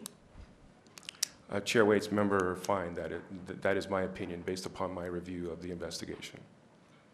Okay, so the things that were in the paper had to do with backdating things. You're saying those things didn't happen? Chair Waits, Member Fine, my belief is that a preponderance of the evidence shows that a review of the file did occur on the 23rd of February, and that is exactly when it was initialed off as having occurred. And it wasn't backdated, it was dated the date it was supposed to be? Chair Waits, Member Fine, that's correct. Okay. So my question to the board then is, should we not share this information? What do we do with it? I mean, it's satisfying to me to know that that there was no conflict of interest, no favoritism shown. But we have information that may not be available to everyone. Should we do anything with it? Any comment? Do we share it like we would any of your other findings with Chief Geyer? Chair Waits, Member Galloway, the city already has all of this information. This is based upon my review of the file. They have the file. I went and looked at the original at the city attorney's office. So they have all the information, and the disciplinary procedures that would be in place for Lieutenant G if she were a lieutenant do not apply, because at that point she was of a higher rank. So I don't believe that there are any steps. I think that what the board was seeking was confidence that that there was not favoritism in this case, and I think that the board has done its public service in showing that that in fact did not happen. Thank you, Mr. Harness. Any other comment before? So the new information is that you have concluded that she was within her right, or Lieutenant G, I mean, was acted appropriately. That's the new information we have, right? Chair Waits, Board Member Dr. Cass, I don't know that it's new information. This is simply my review of the information, and it's my opinion that a preponderance of the evidence shows that there was no violation. So that would, I mean, it seems to me if we're going to call attention to anything, that would be what we have to call attention to. And I think it is public record now, and so there's nothing that we can do about it. Let's continue and go into IMR 8. Yes, Chair Waits, Honorable Board, you all received a copy of IMR 8. Member Fine has already referenced it regarding the additional concern memos. But as it relates to POB, CPOA, there were 3 areas of concern.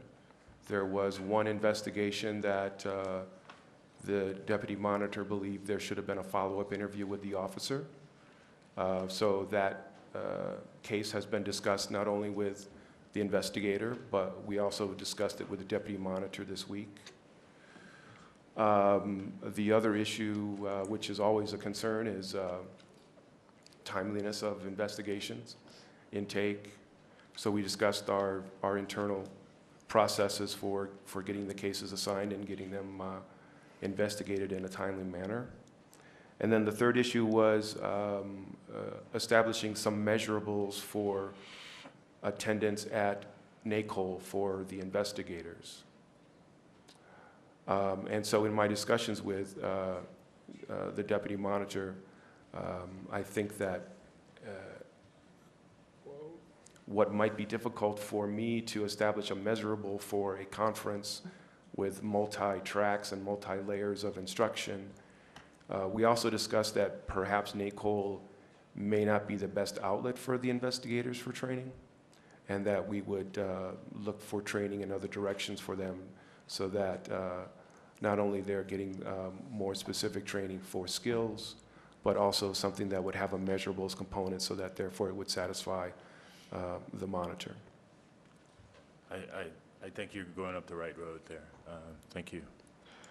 Other than that,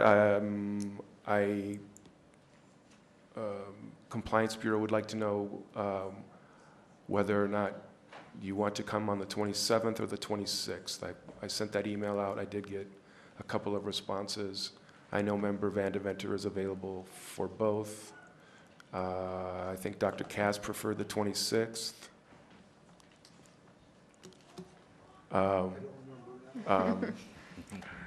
And I think Member St. John preferred the 27th. On the 27th, there is also outreach and CRC, but the proposed time on the 27th is at 9 a.m. in the morning.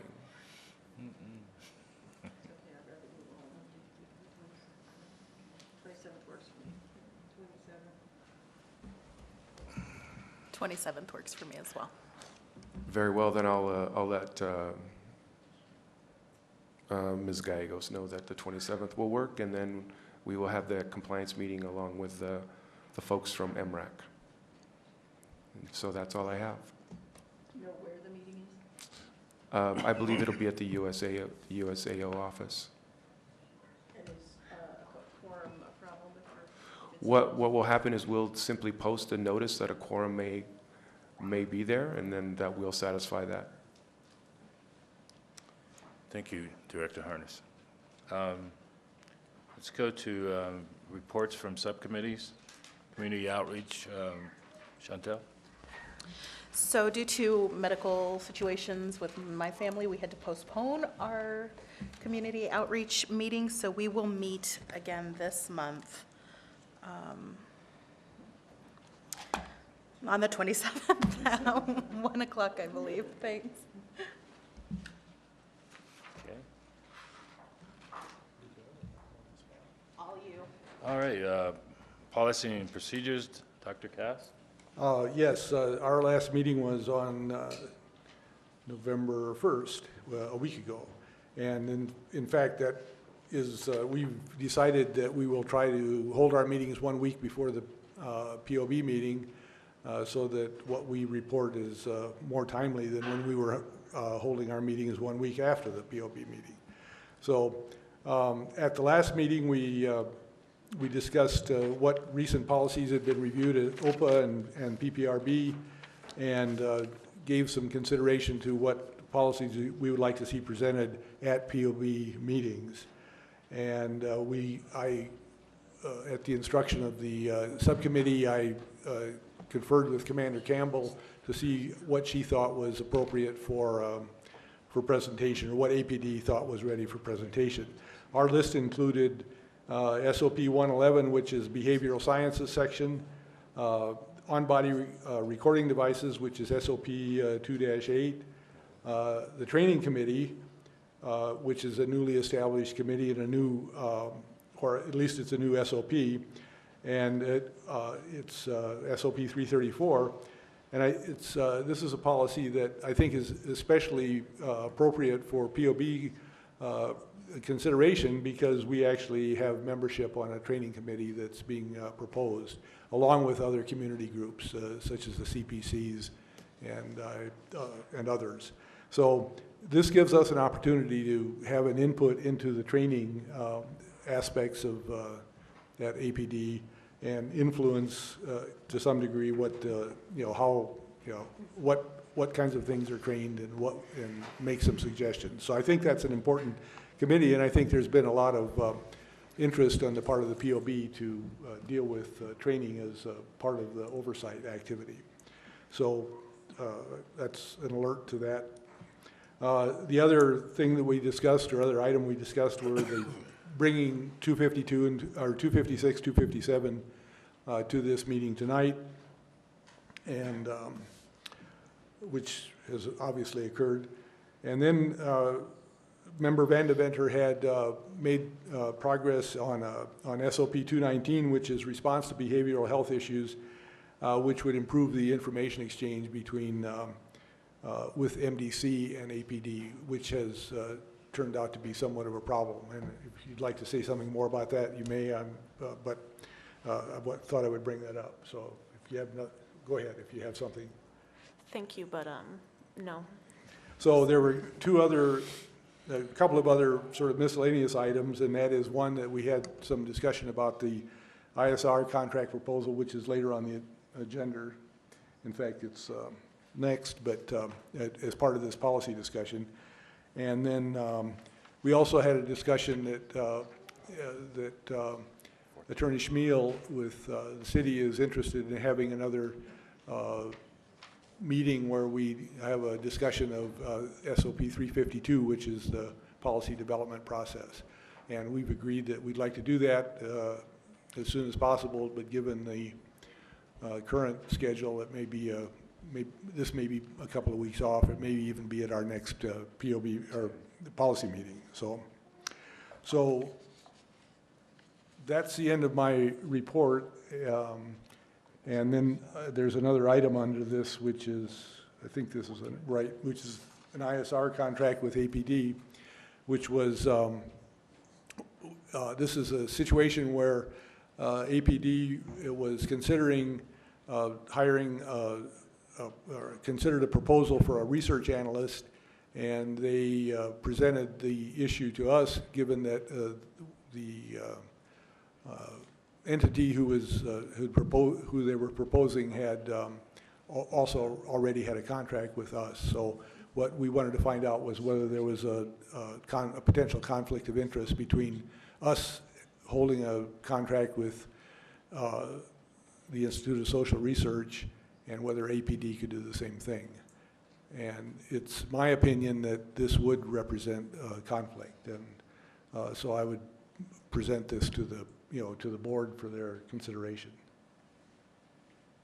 And did you discuss it in committee? I'm sorry. Yes, we did discuss this in committee. And was that a committee conclusion that it was a conflict? I believe it was, yes. Yeah, I think that it does constitute a conflict of interest, and I applaud APD's professionalism in highlighting the issue, but unfortunately I do think it's a conflict. And it was our reasoning, since it was brought initially to the board as a whole, to bring it back with that conclusion for a final decision and direction to Director Harness. Do you want a motion? I think that we probably should, just to formalize it. So let me see, correct me if I get this wrong. I make a motion that we go with the committee's assessment that the ISR contract with APD would be a conflict of interest between if we shared research staff between APD and the CPOA POB. Okay. And a second. It's been motioned and second. I'll second. All right. All in favor? Aye. All right. I might add that I alerted APD to our position after our committee meeting. So they were aware of this, and but I mean, I think it's good to have done a formal vote on this. All right, So. thank you. So we had a motion and a second, we carried it, we're good. Okay, thank you.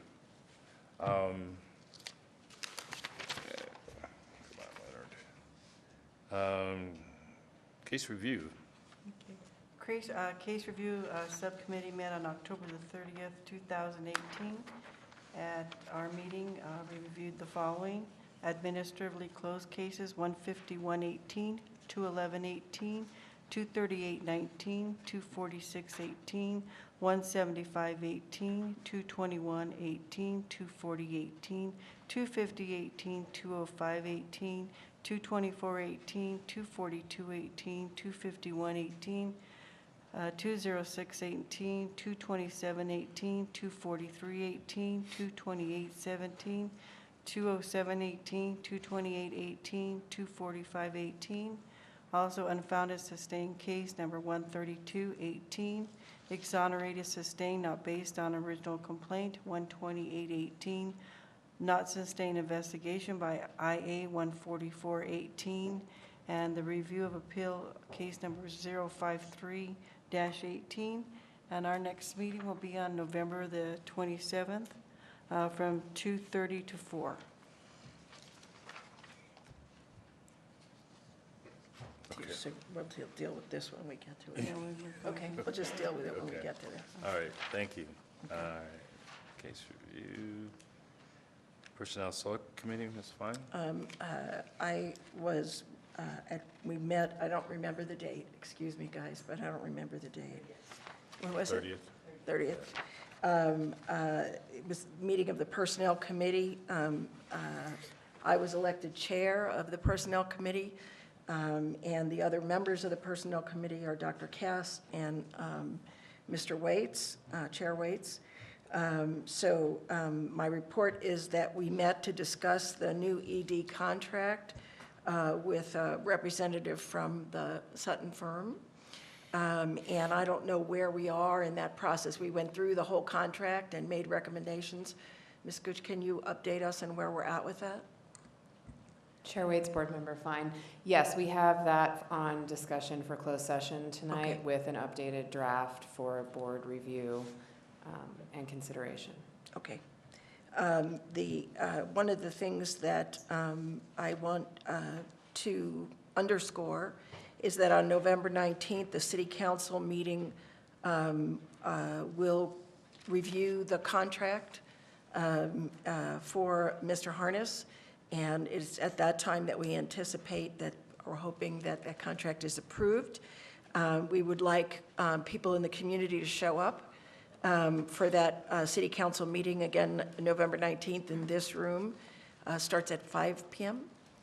And the other thing that I wanted to, part of our conversation at that meeting was getting the files from former member Cruz, which we've done, and all the materials that were collected in the past. We've retrieved all of those. And our next meeting will be, is scheduled for Tuesday, November 13th at 10 a.m. at the CPOA office. Okay. All right. Are we on schedule? Are we on time?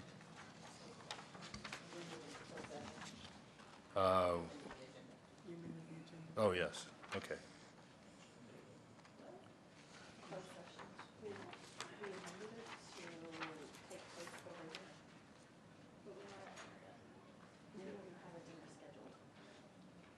Okay, so let's move on, so that we get as much done as we can. We have a discussion on Officer D overtime. Oh, dinner's here? And it's not scheduled already, so you can call Okay. All right. Since dinner is here, we're going to make a motion to, can I get a motion to? I object. Wait, can we get through the discussion? We have so many people from the community here. We probably don't want to sit through our dinner break, right? Everything? That's how you changed it to before. I think, like, why don't we just keep dinner break where dinner break is? It's 5 Well, items we've done. changed the, all right. You said this one was Yeah, supposed to be 17. Okay. That could be the placeholder. All right, let's do this. Ladies, Okay, go ahead. let's continue this. If you have to eat cold pizza, that's what it is. Try to get through as much as we can. Let's go on to Oversight Board Policy and Procedures. You have a comment on that? And let's follow a process and 5-minute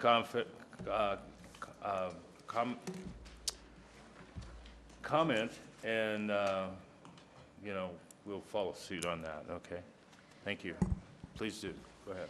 Thank you, Chair Waits. This is just, I make a motion to finalize our board policy and procedure. This is a follow-up of the work we did at the last meeting, where we went through everything that I had compiled over the last 5 months regarding language changes that board members and members of the public wanted to make. We considered those at our October meeting, reached consensus for every single change. Those changes where we could not reach a consensus, we rejected. And so I edited the document that comprises this instrument accordingly. I mailed that out for review, and I would move that we implement this updated version of the policy and procedure document. I second. Okay, it's motion and second that we implement the policy and procedure document that was presented. All in favor? Aye. Aye. Aye. Aye. Any opposed? Ayes have it. Okay. New, item C, B. or B, I'm sorry, Officer D, overtime issues and audit. Yes, Chair Waits, this was also my item.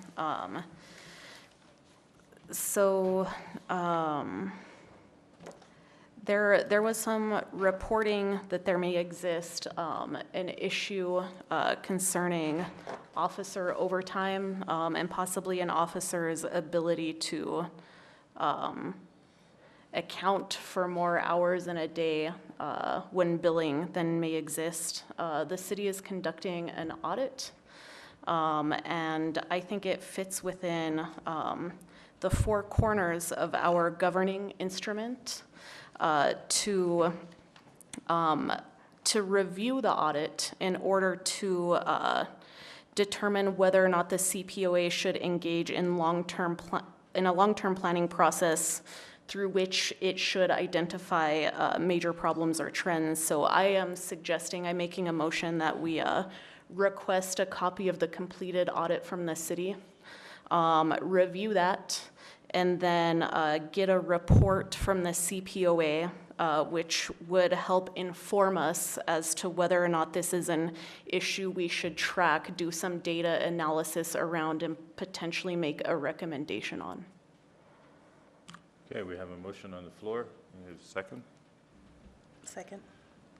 Any So I want to make sure I understand. So you're saying that this article that was in the paper, you want the audit of this particular officer's hours, correct? To assess what? It's to assess, do we need this officer's in particular in order to assess whether or not overtime can be overcharged if there's loopholes? Is that what you want to do?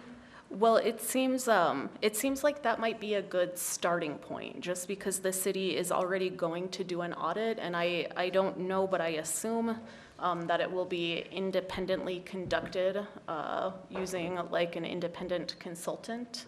And so it seems as if there are, larger problems within the department regarding overtime billing, we might get a handle. This could be a good proxy to begin understanding what those problems are.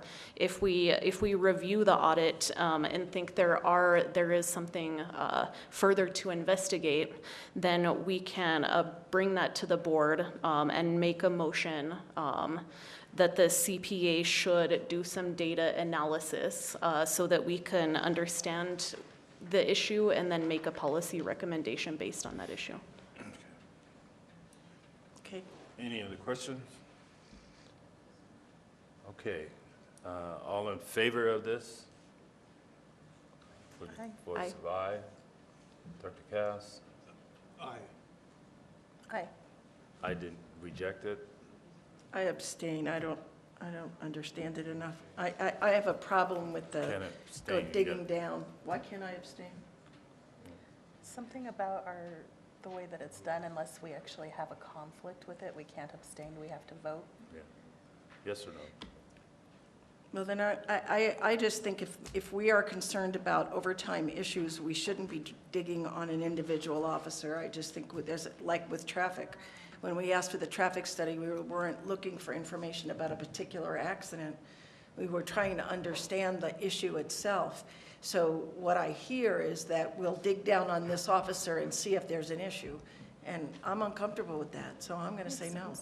You know, I have to agree with her with it. This says Officer D. I don't have enough information to make a call or a judgment or to even vote on this. If it's officers in general, yes, but we have Officer D. So your vote is? No, I No? vote no. I know. Okay. Should we So get 3 to 3? 3 to 3? Is it, well, What was your vote? No. okay. So then I think the motion fails. Okay, thank you. All right, moving on to item C. This is yours also, Chelsea? Yes. Okay. So item C concerns new hires. Our mission statement is to advance constitutional policing. Section 9-4-1-12 of our ordinance purpose, subsection A, reads foster and perpetuate practices, foster and perpetuate policies and practices that foster mutual trust and cooperation between police and civilians. And so we have several new hires.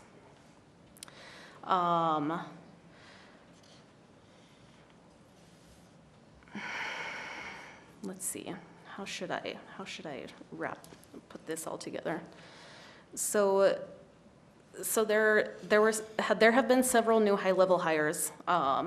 Two of them the community has raised issue with. And so I think this fits into this,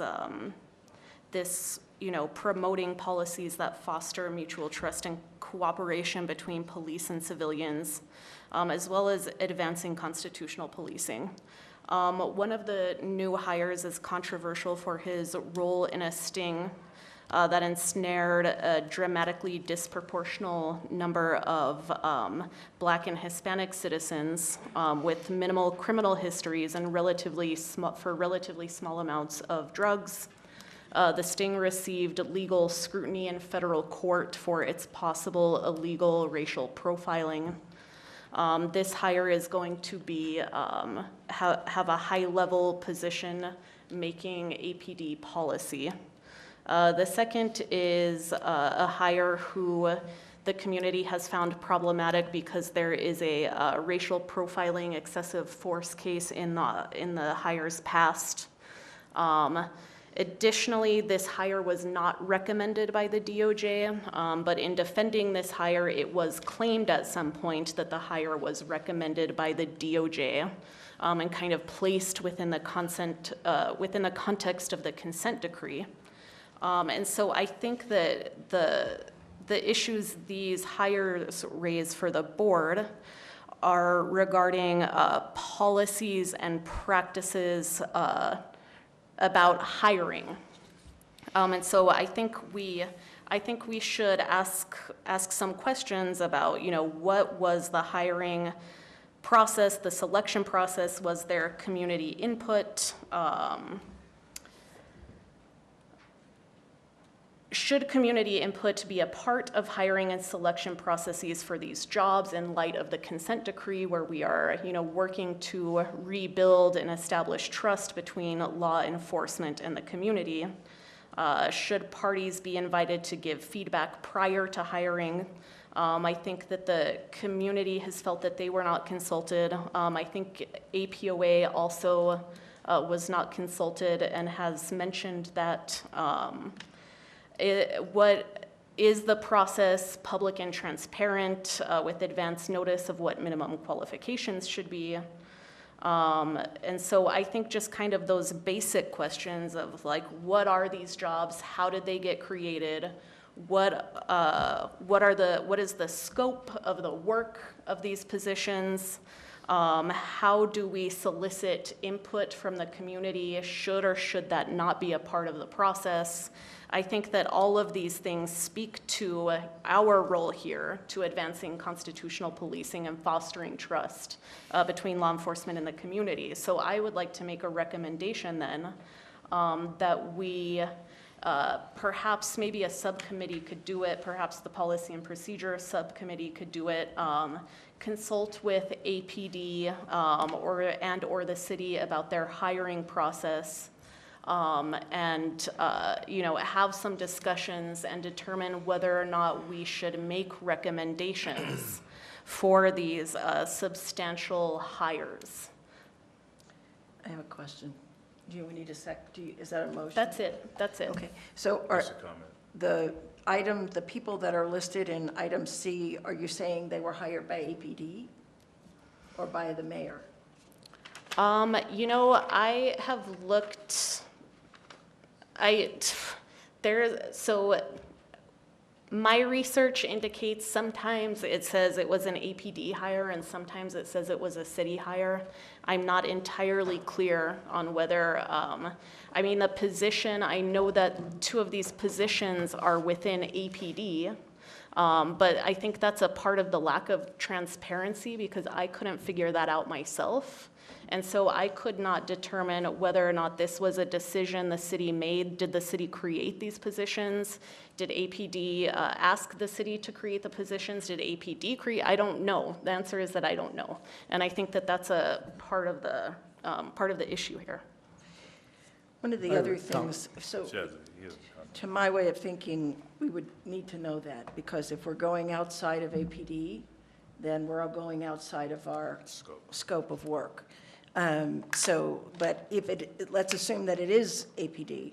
My other question has to do with the assumption, and I've seen this actually on TV. I saw some things on television. I saw some things in the news where the mayor's office had addressed this with groups who were objecting. I just wonder what value we add to this conversation.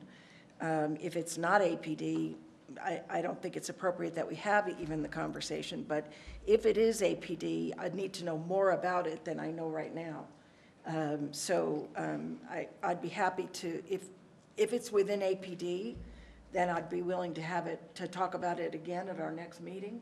But right now, I don't have enough information, and what I do have says it could be outside of the scope of our work. Okay. I agree in substance, and I think this is far afield of what we're supposed to do, and I think that this is essentially a fishing expedition that we shouldn't engage in. I don't think it's at all appropriate for us to do this. I think this simply isn't our business. Okay. I have to agree with Dr. Cass. I think that this is out of our scope, and how many hours do we want to put up, and what are we looking for, and what can we do about it? To what end? Yeah, to what end? Any other comment? Can I just respond briefly to Board Member Fine, Chair Waits? Sure. So I think that the value we could add to the process is, we could help establish some hiring guidelines for these high-level hires.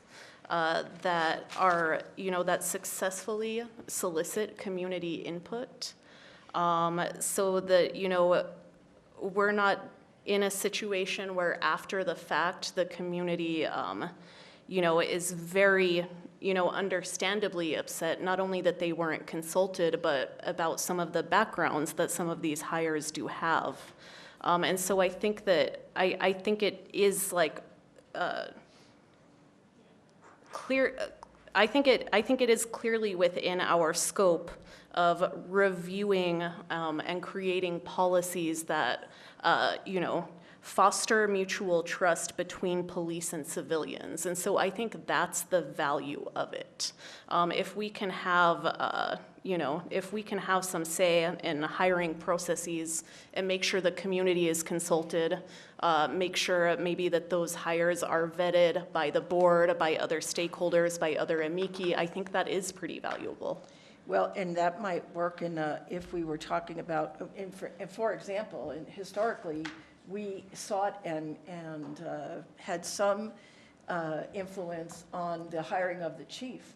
I mean, we had some input to that.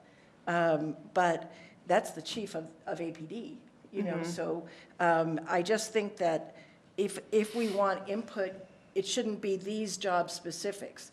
And we're not the solution to everything that's wrong with, there's other venues and other avenues, some of which I've seen addressed by the mayor, with people who objected to Damon Martinez, for example. So I don't know that it's in our scope of work in terms of these particular people. I think that we want influence and input, and we've sought that before, that would be consistent with what we've done before on things that are absolutely APD. And so to my way of thinking, seeking community input on important hires or structures of the police department are certainly legit for us to seek that out. I just am uncomfortable with naming these people, not knowing whether they're APD or the city, and focusing on these humans, because I think it's outside the scope of our work. While input from the community is not. All right, last comment. So then could we maybe amend that motion to? It was in the motion. There's no Oh, I motion. thought it was a motion that you made. There was in the motion. Oh, okay. So maybe we amend that idea to work with APD's HR department and their hiring for those high-level positions.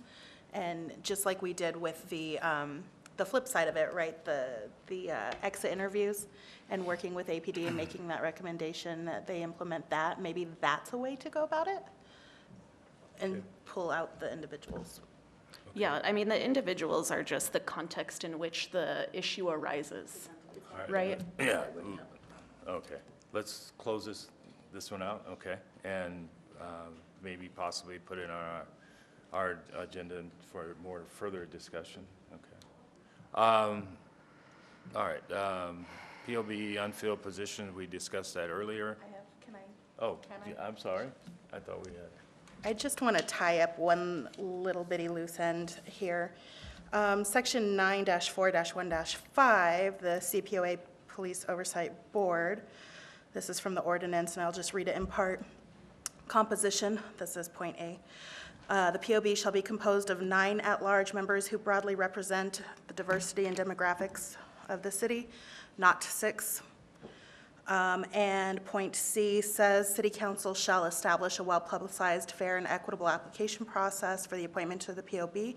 City Council shall, through its staff, accept applications from prospective board members. Staff shall formulate recommendations and appointments based on evaluations of the qualification criteria listed in the subsections A and B above, and submit recommendations for appointment to City Council for its approval.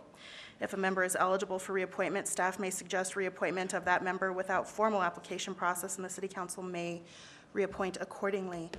So our liaison to City Council has in the past told us that there were 70-some-odd candidates that have applied for position on the Police Oversight Board, and that 11 of those candidates, if I remember correctly, were vetted and ripe for appointment by City Council.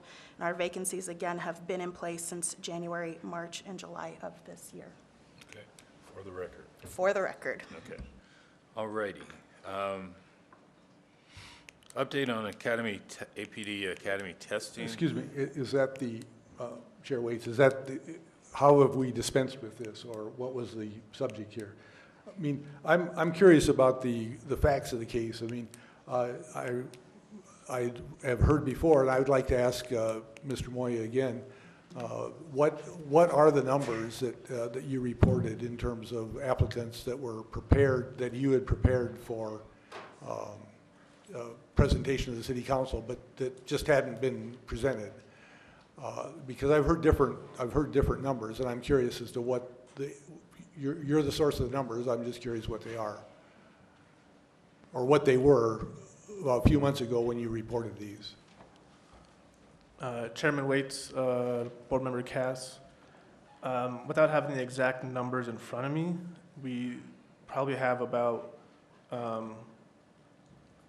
close to 70 applications in, 70 names. There's about 11 that haven't not been reviewed yet. All the other ones have been reviewed and are kind of in the hopper, but there's about 11 that have not been reviewed yet.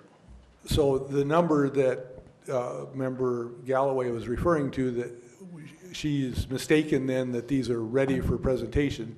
These are members that are in no way, or applicants that are in no way ready for presentation, right? Because they haven't been reviewed. So does that mean that there are 59 who have been reviewed, and at what state are they in terms of being recommended to the council? How many of those have you found to be appropriate for the council? Because it seems to me that that's what we're talking about, the numbers are. Chairman Waits, Board Member Cass, yeah, so there would be, around the 59 that have been reviewed.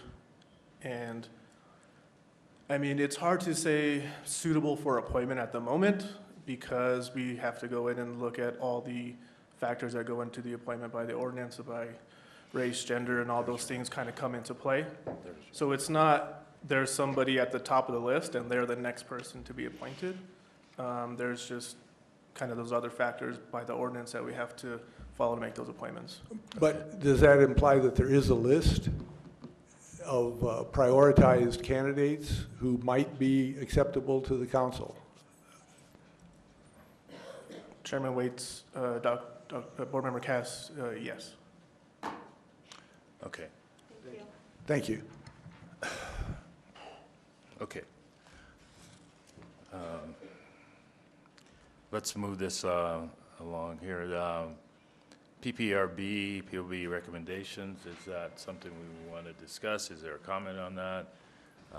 Or do we want to discuss I think that we just need to take a revote for the purposes of having this on an agenda someplace about the way that the POB is to be represented at PPRB. Chair Waits, Member Galloway, Vice Chair Galloway, yes, that's correct. In the September 13th meeting, under the agenda item for use of force, you actually had two motions. One was regarding your objection to the Graham language in the use of force suite.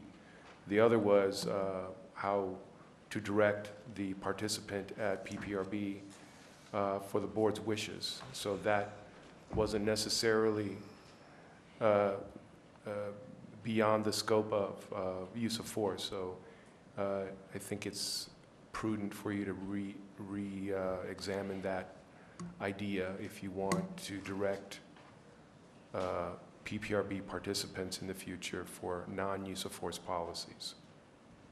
Was there something about the vote we took that was not directive enough, or who has raised the validity of that vote? I think it was raised at the time as just, and this is just a housekeeping thing, just to make sure that that specific point is on the agenda as well. Yeah, so let's do the housekeeping and make the motion on how to direct that person for PPRB. And if I remember correctly, the motion was made by Member Van Deventer that the representative of PPRB will vote on policies presented there in accordance with a stated position of the board. Right, and wasn't it carried unanimously? It was, I believe. And so is the concern coming from the board, or? I think it's just housekeeping. Yeah, okay. Since we raised the issue, if I may, I think this essentially constitutes creating a post on the board, and I don't believe that there's any provision. I'd like to see the foundation for the board creation of essentially a job description for another board member.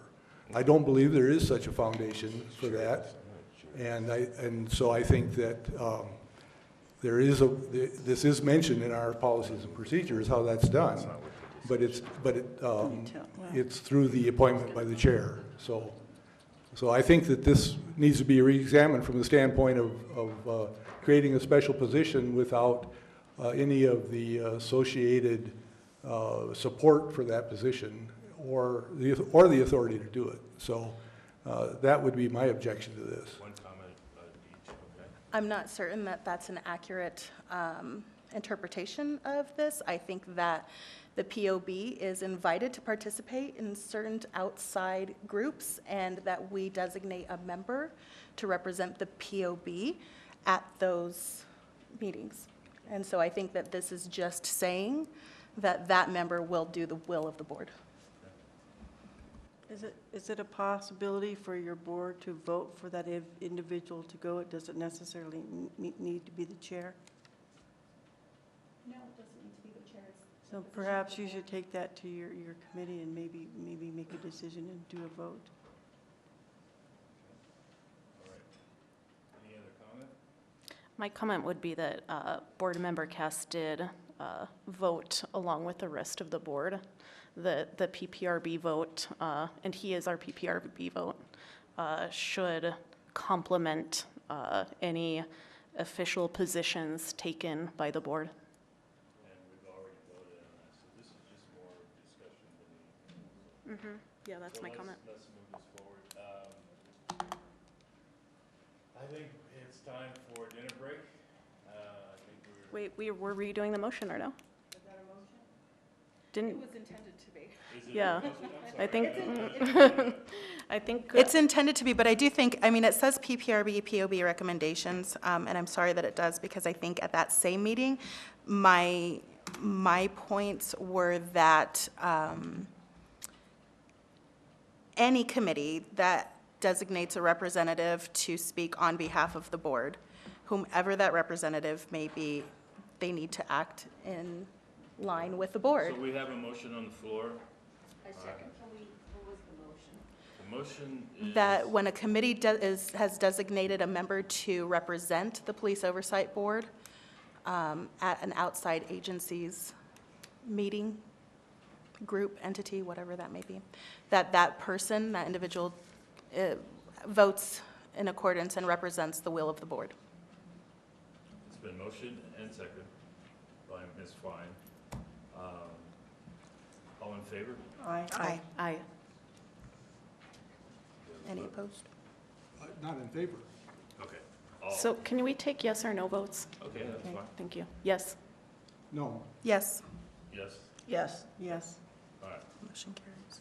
Motion carries. Mr. Harn. Yes, Chair Waits. Just to slip back up to item E real quickly. The update on the APD Academy testing. Yes, Chair Waits, Honorable Board. I have had several discussions with ISR and with Dr. Guerin about how we can establish a baseline based upon standardized testing that takes place throughout other areas and other jurisdictions. And so currently we're researching how, not we, ISR is researching how to get their hands on that information so that we can establish a baseline to determine whether or not there were any improprieties with the testing at the APD Academy. And when you get that baseline, is it still true that you're going to take 5 years' worth of testing and compare it to that baseline? Is that the process we're looking at? Chair Waits, Board Member Fine, that's correct. Okay, thank you. Anything else? We have a motion on the floor and second. We already did that. Moved on, so would ask that A we go. motion to adjourn for dinner break, in which time we are going to discuss Can I- personnel issues and legal matters with our lawyer. Okay, can I get a verbal vote from each? Yes. Yes. Yes. Yes. Yes. Yes. No, they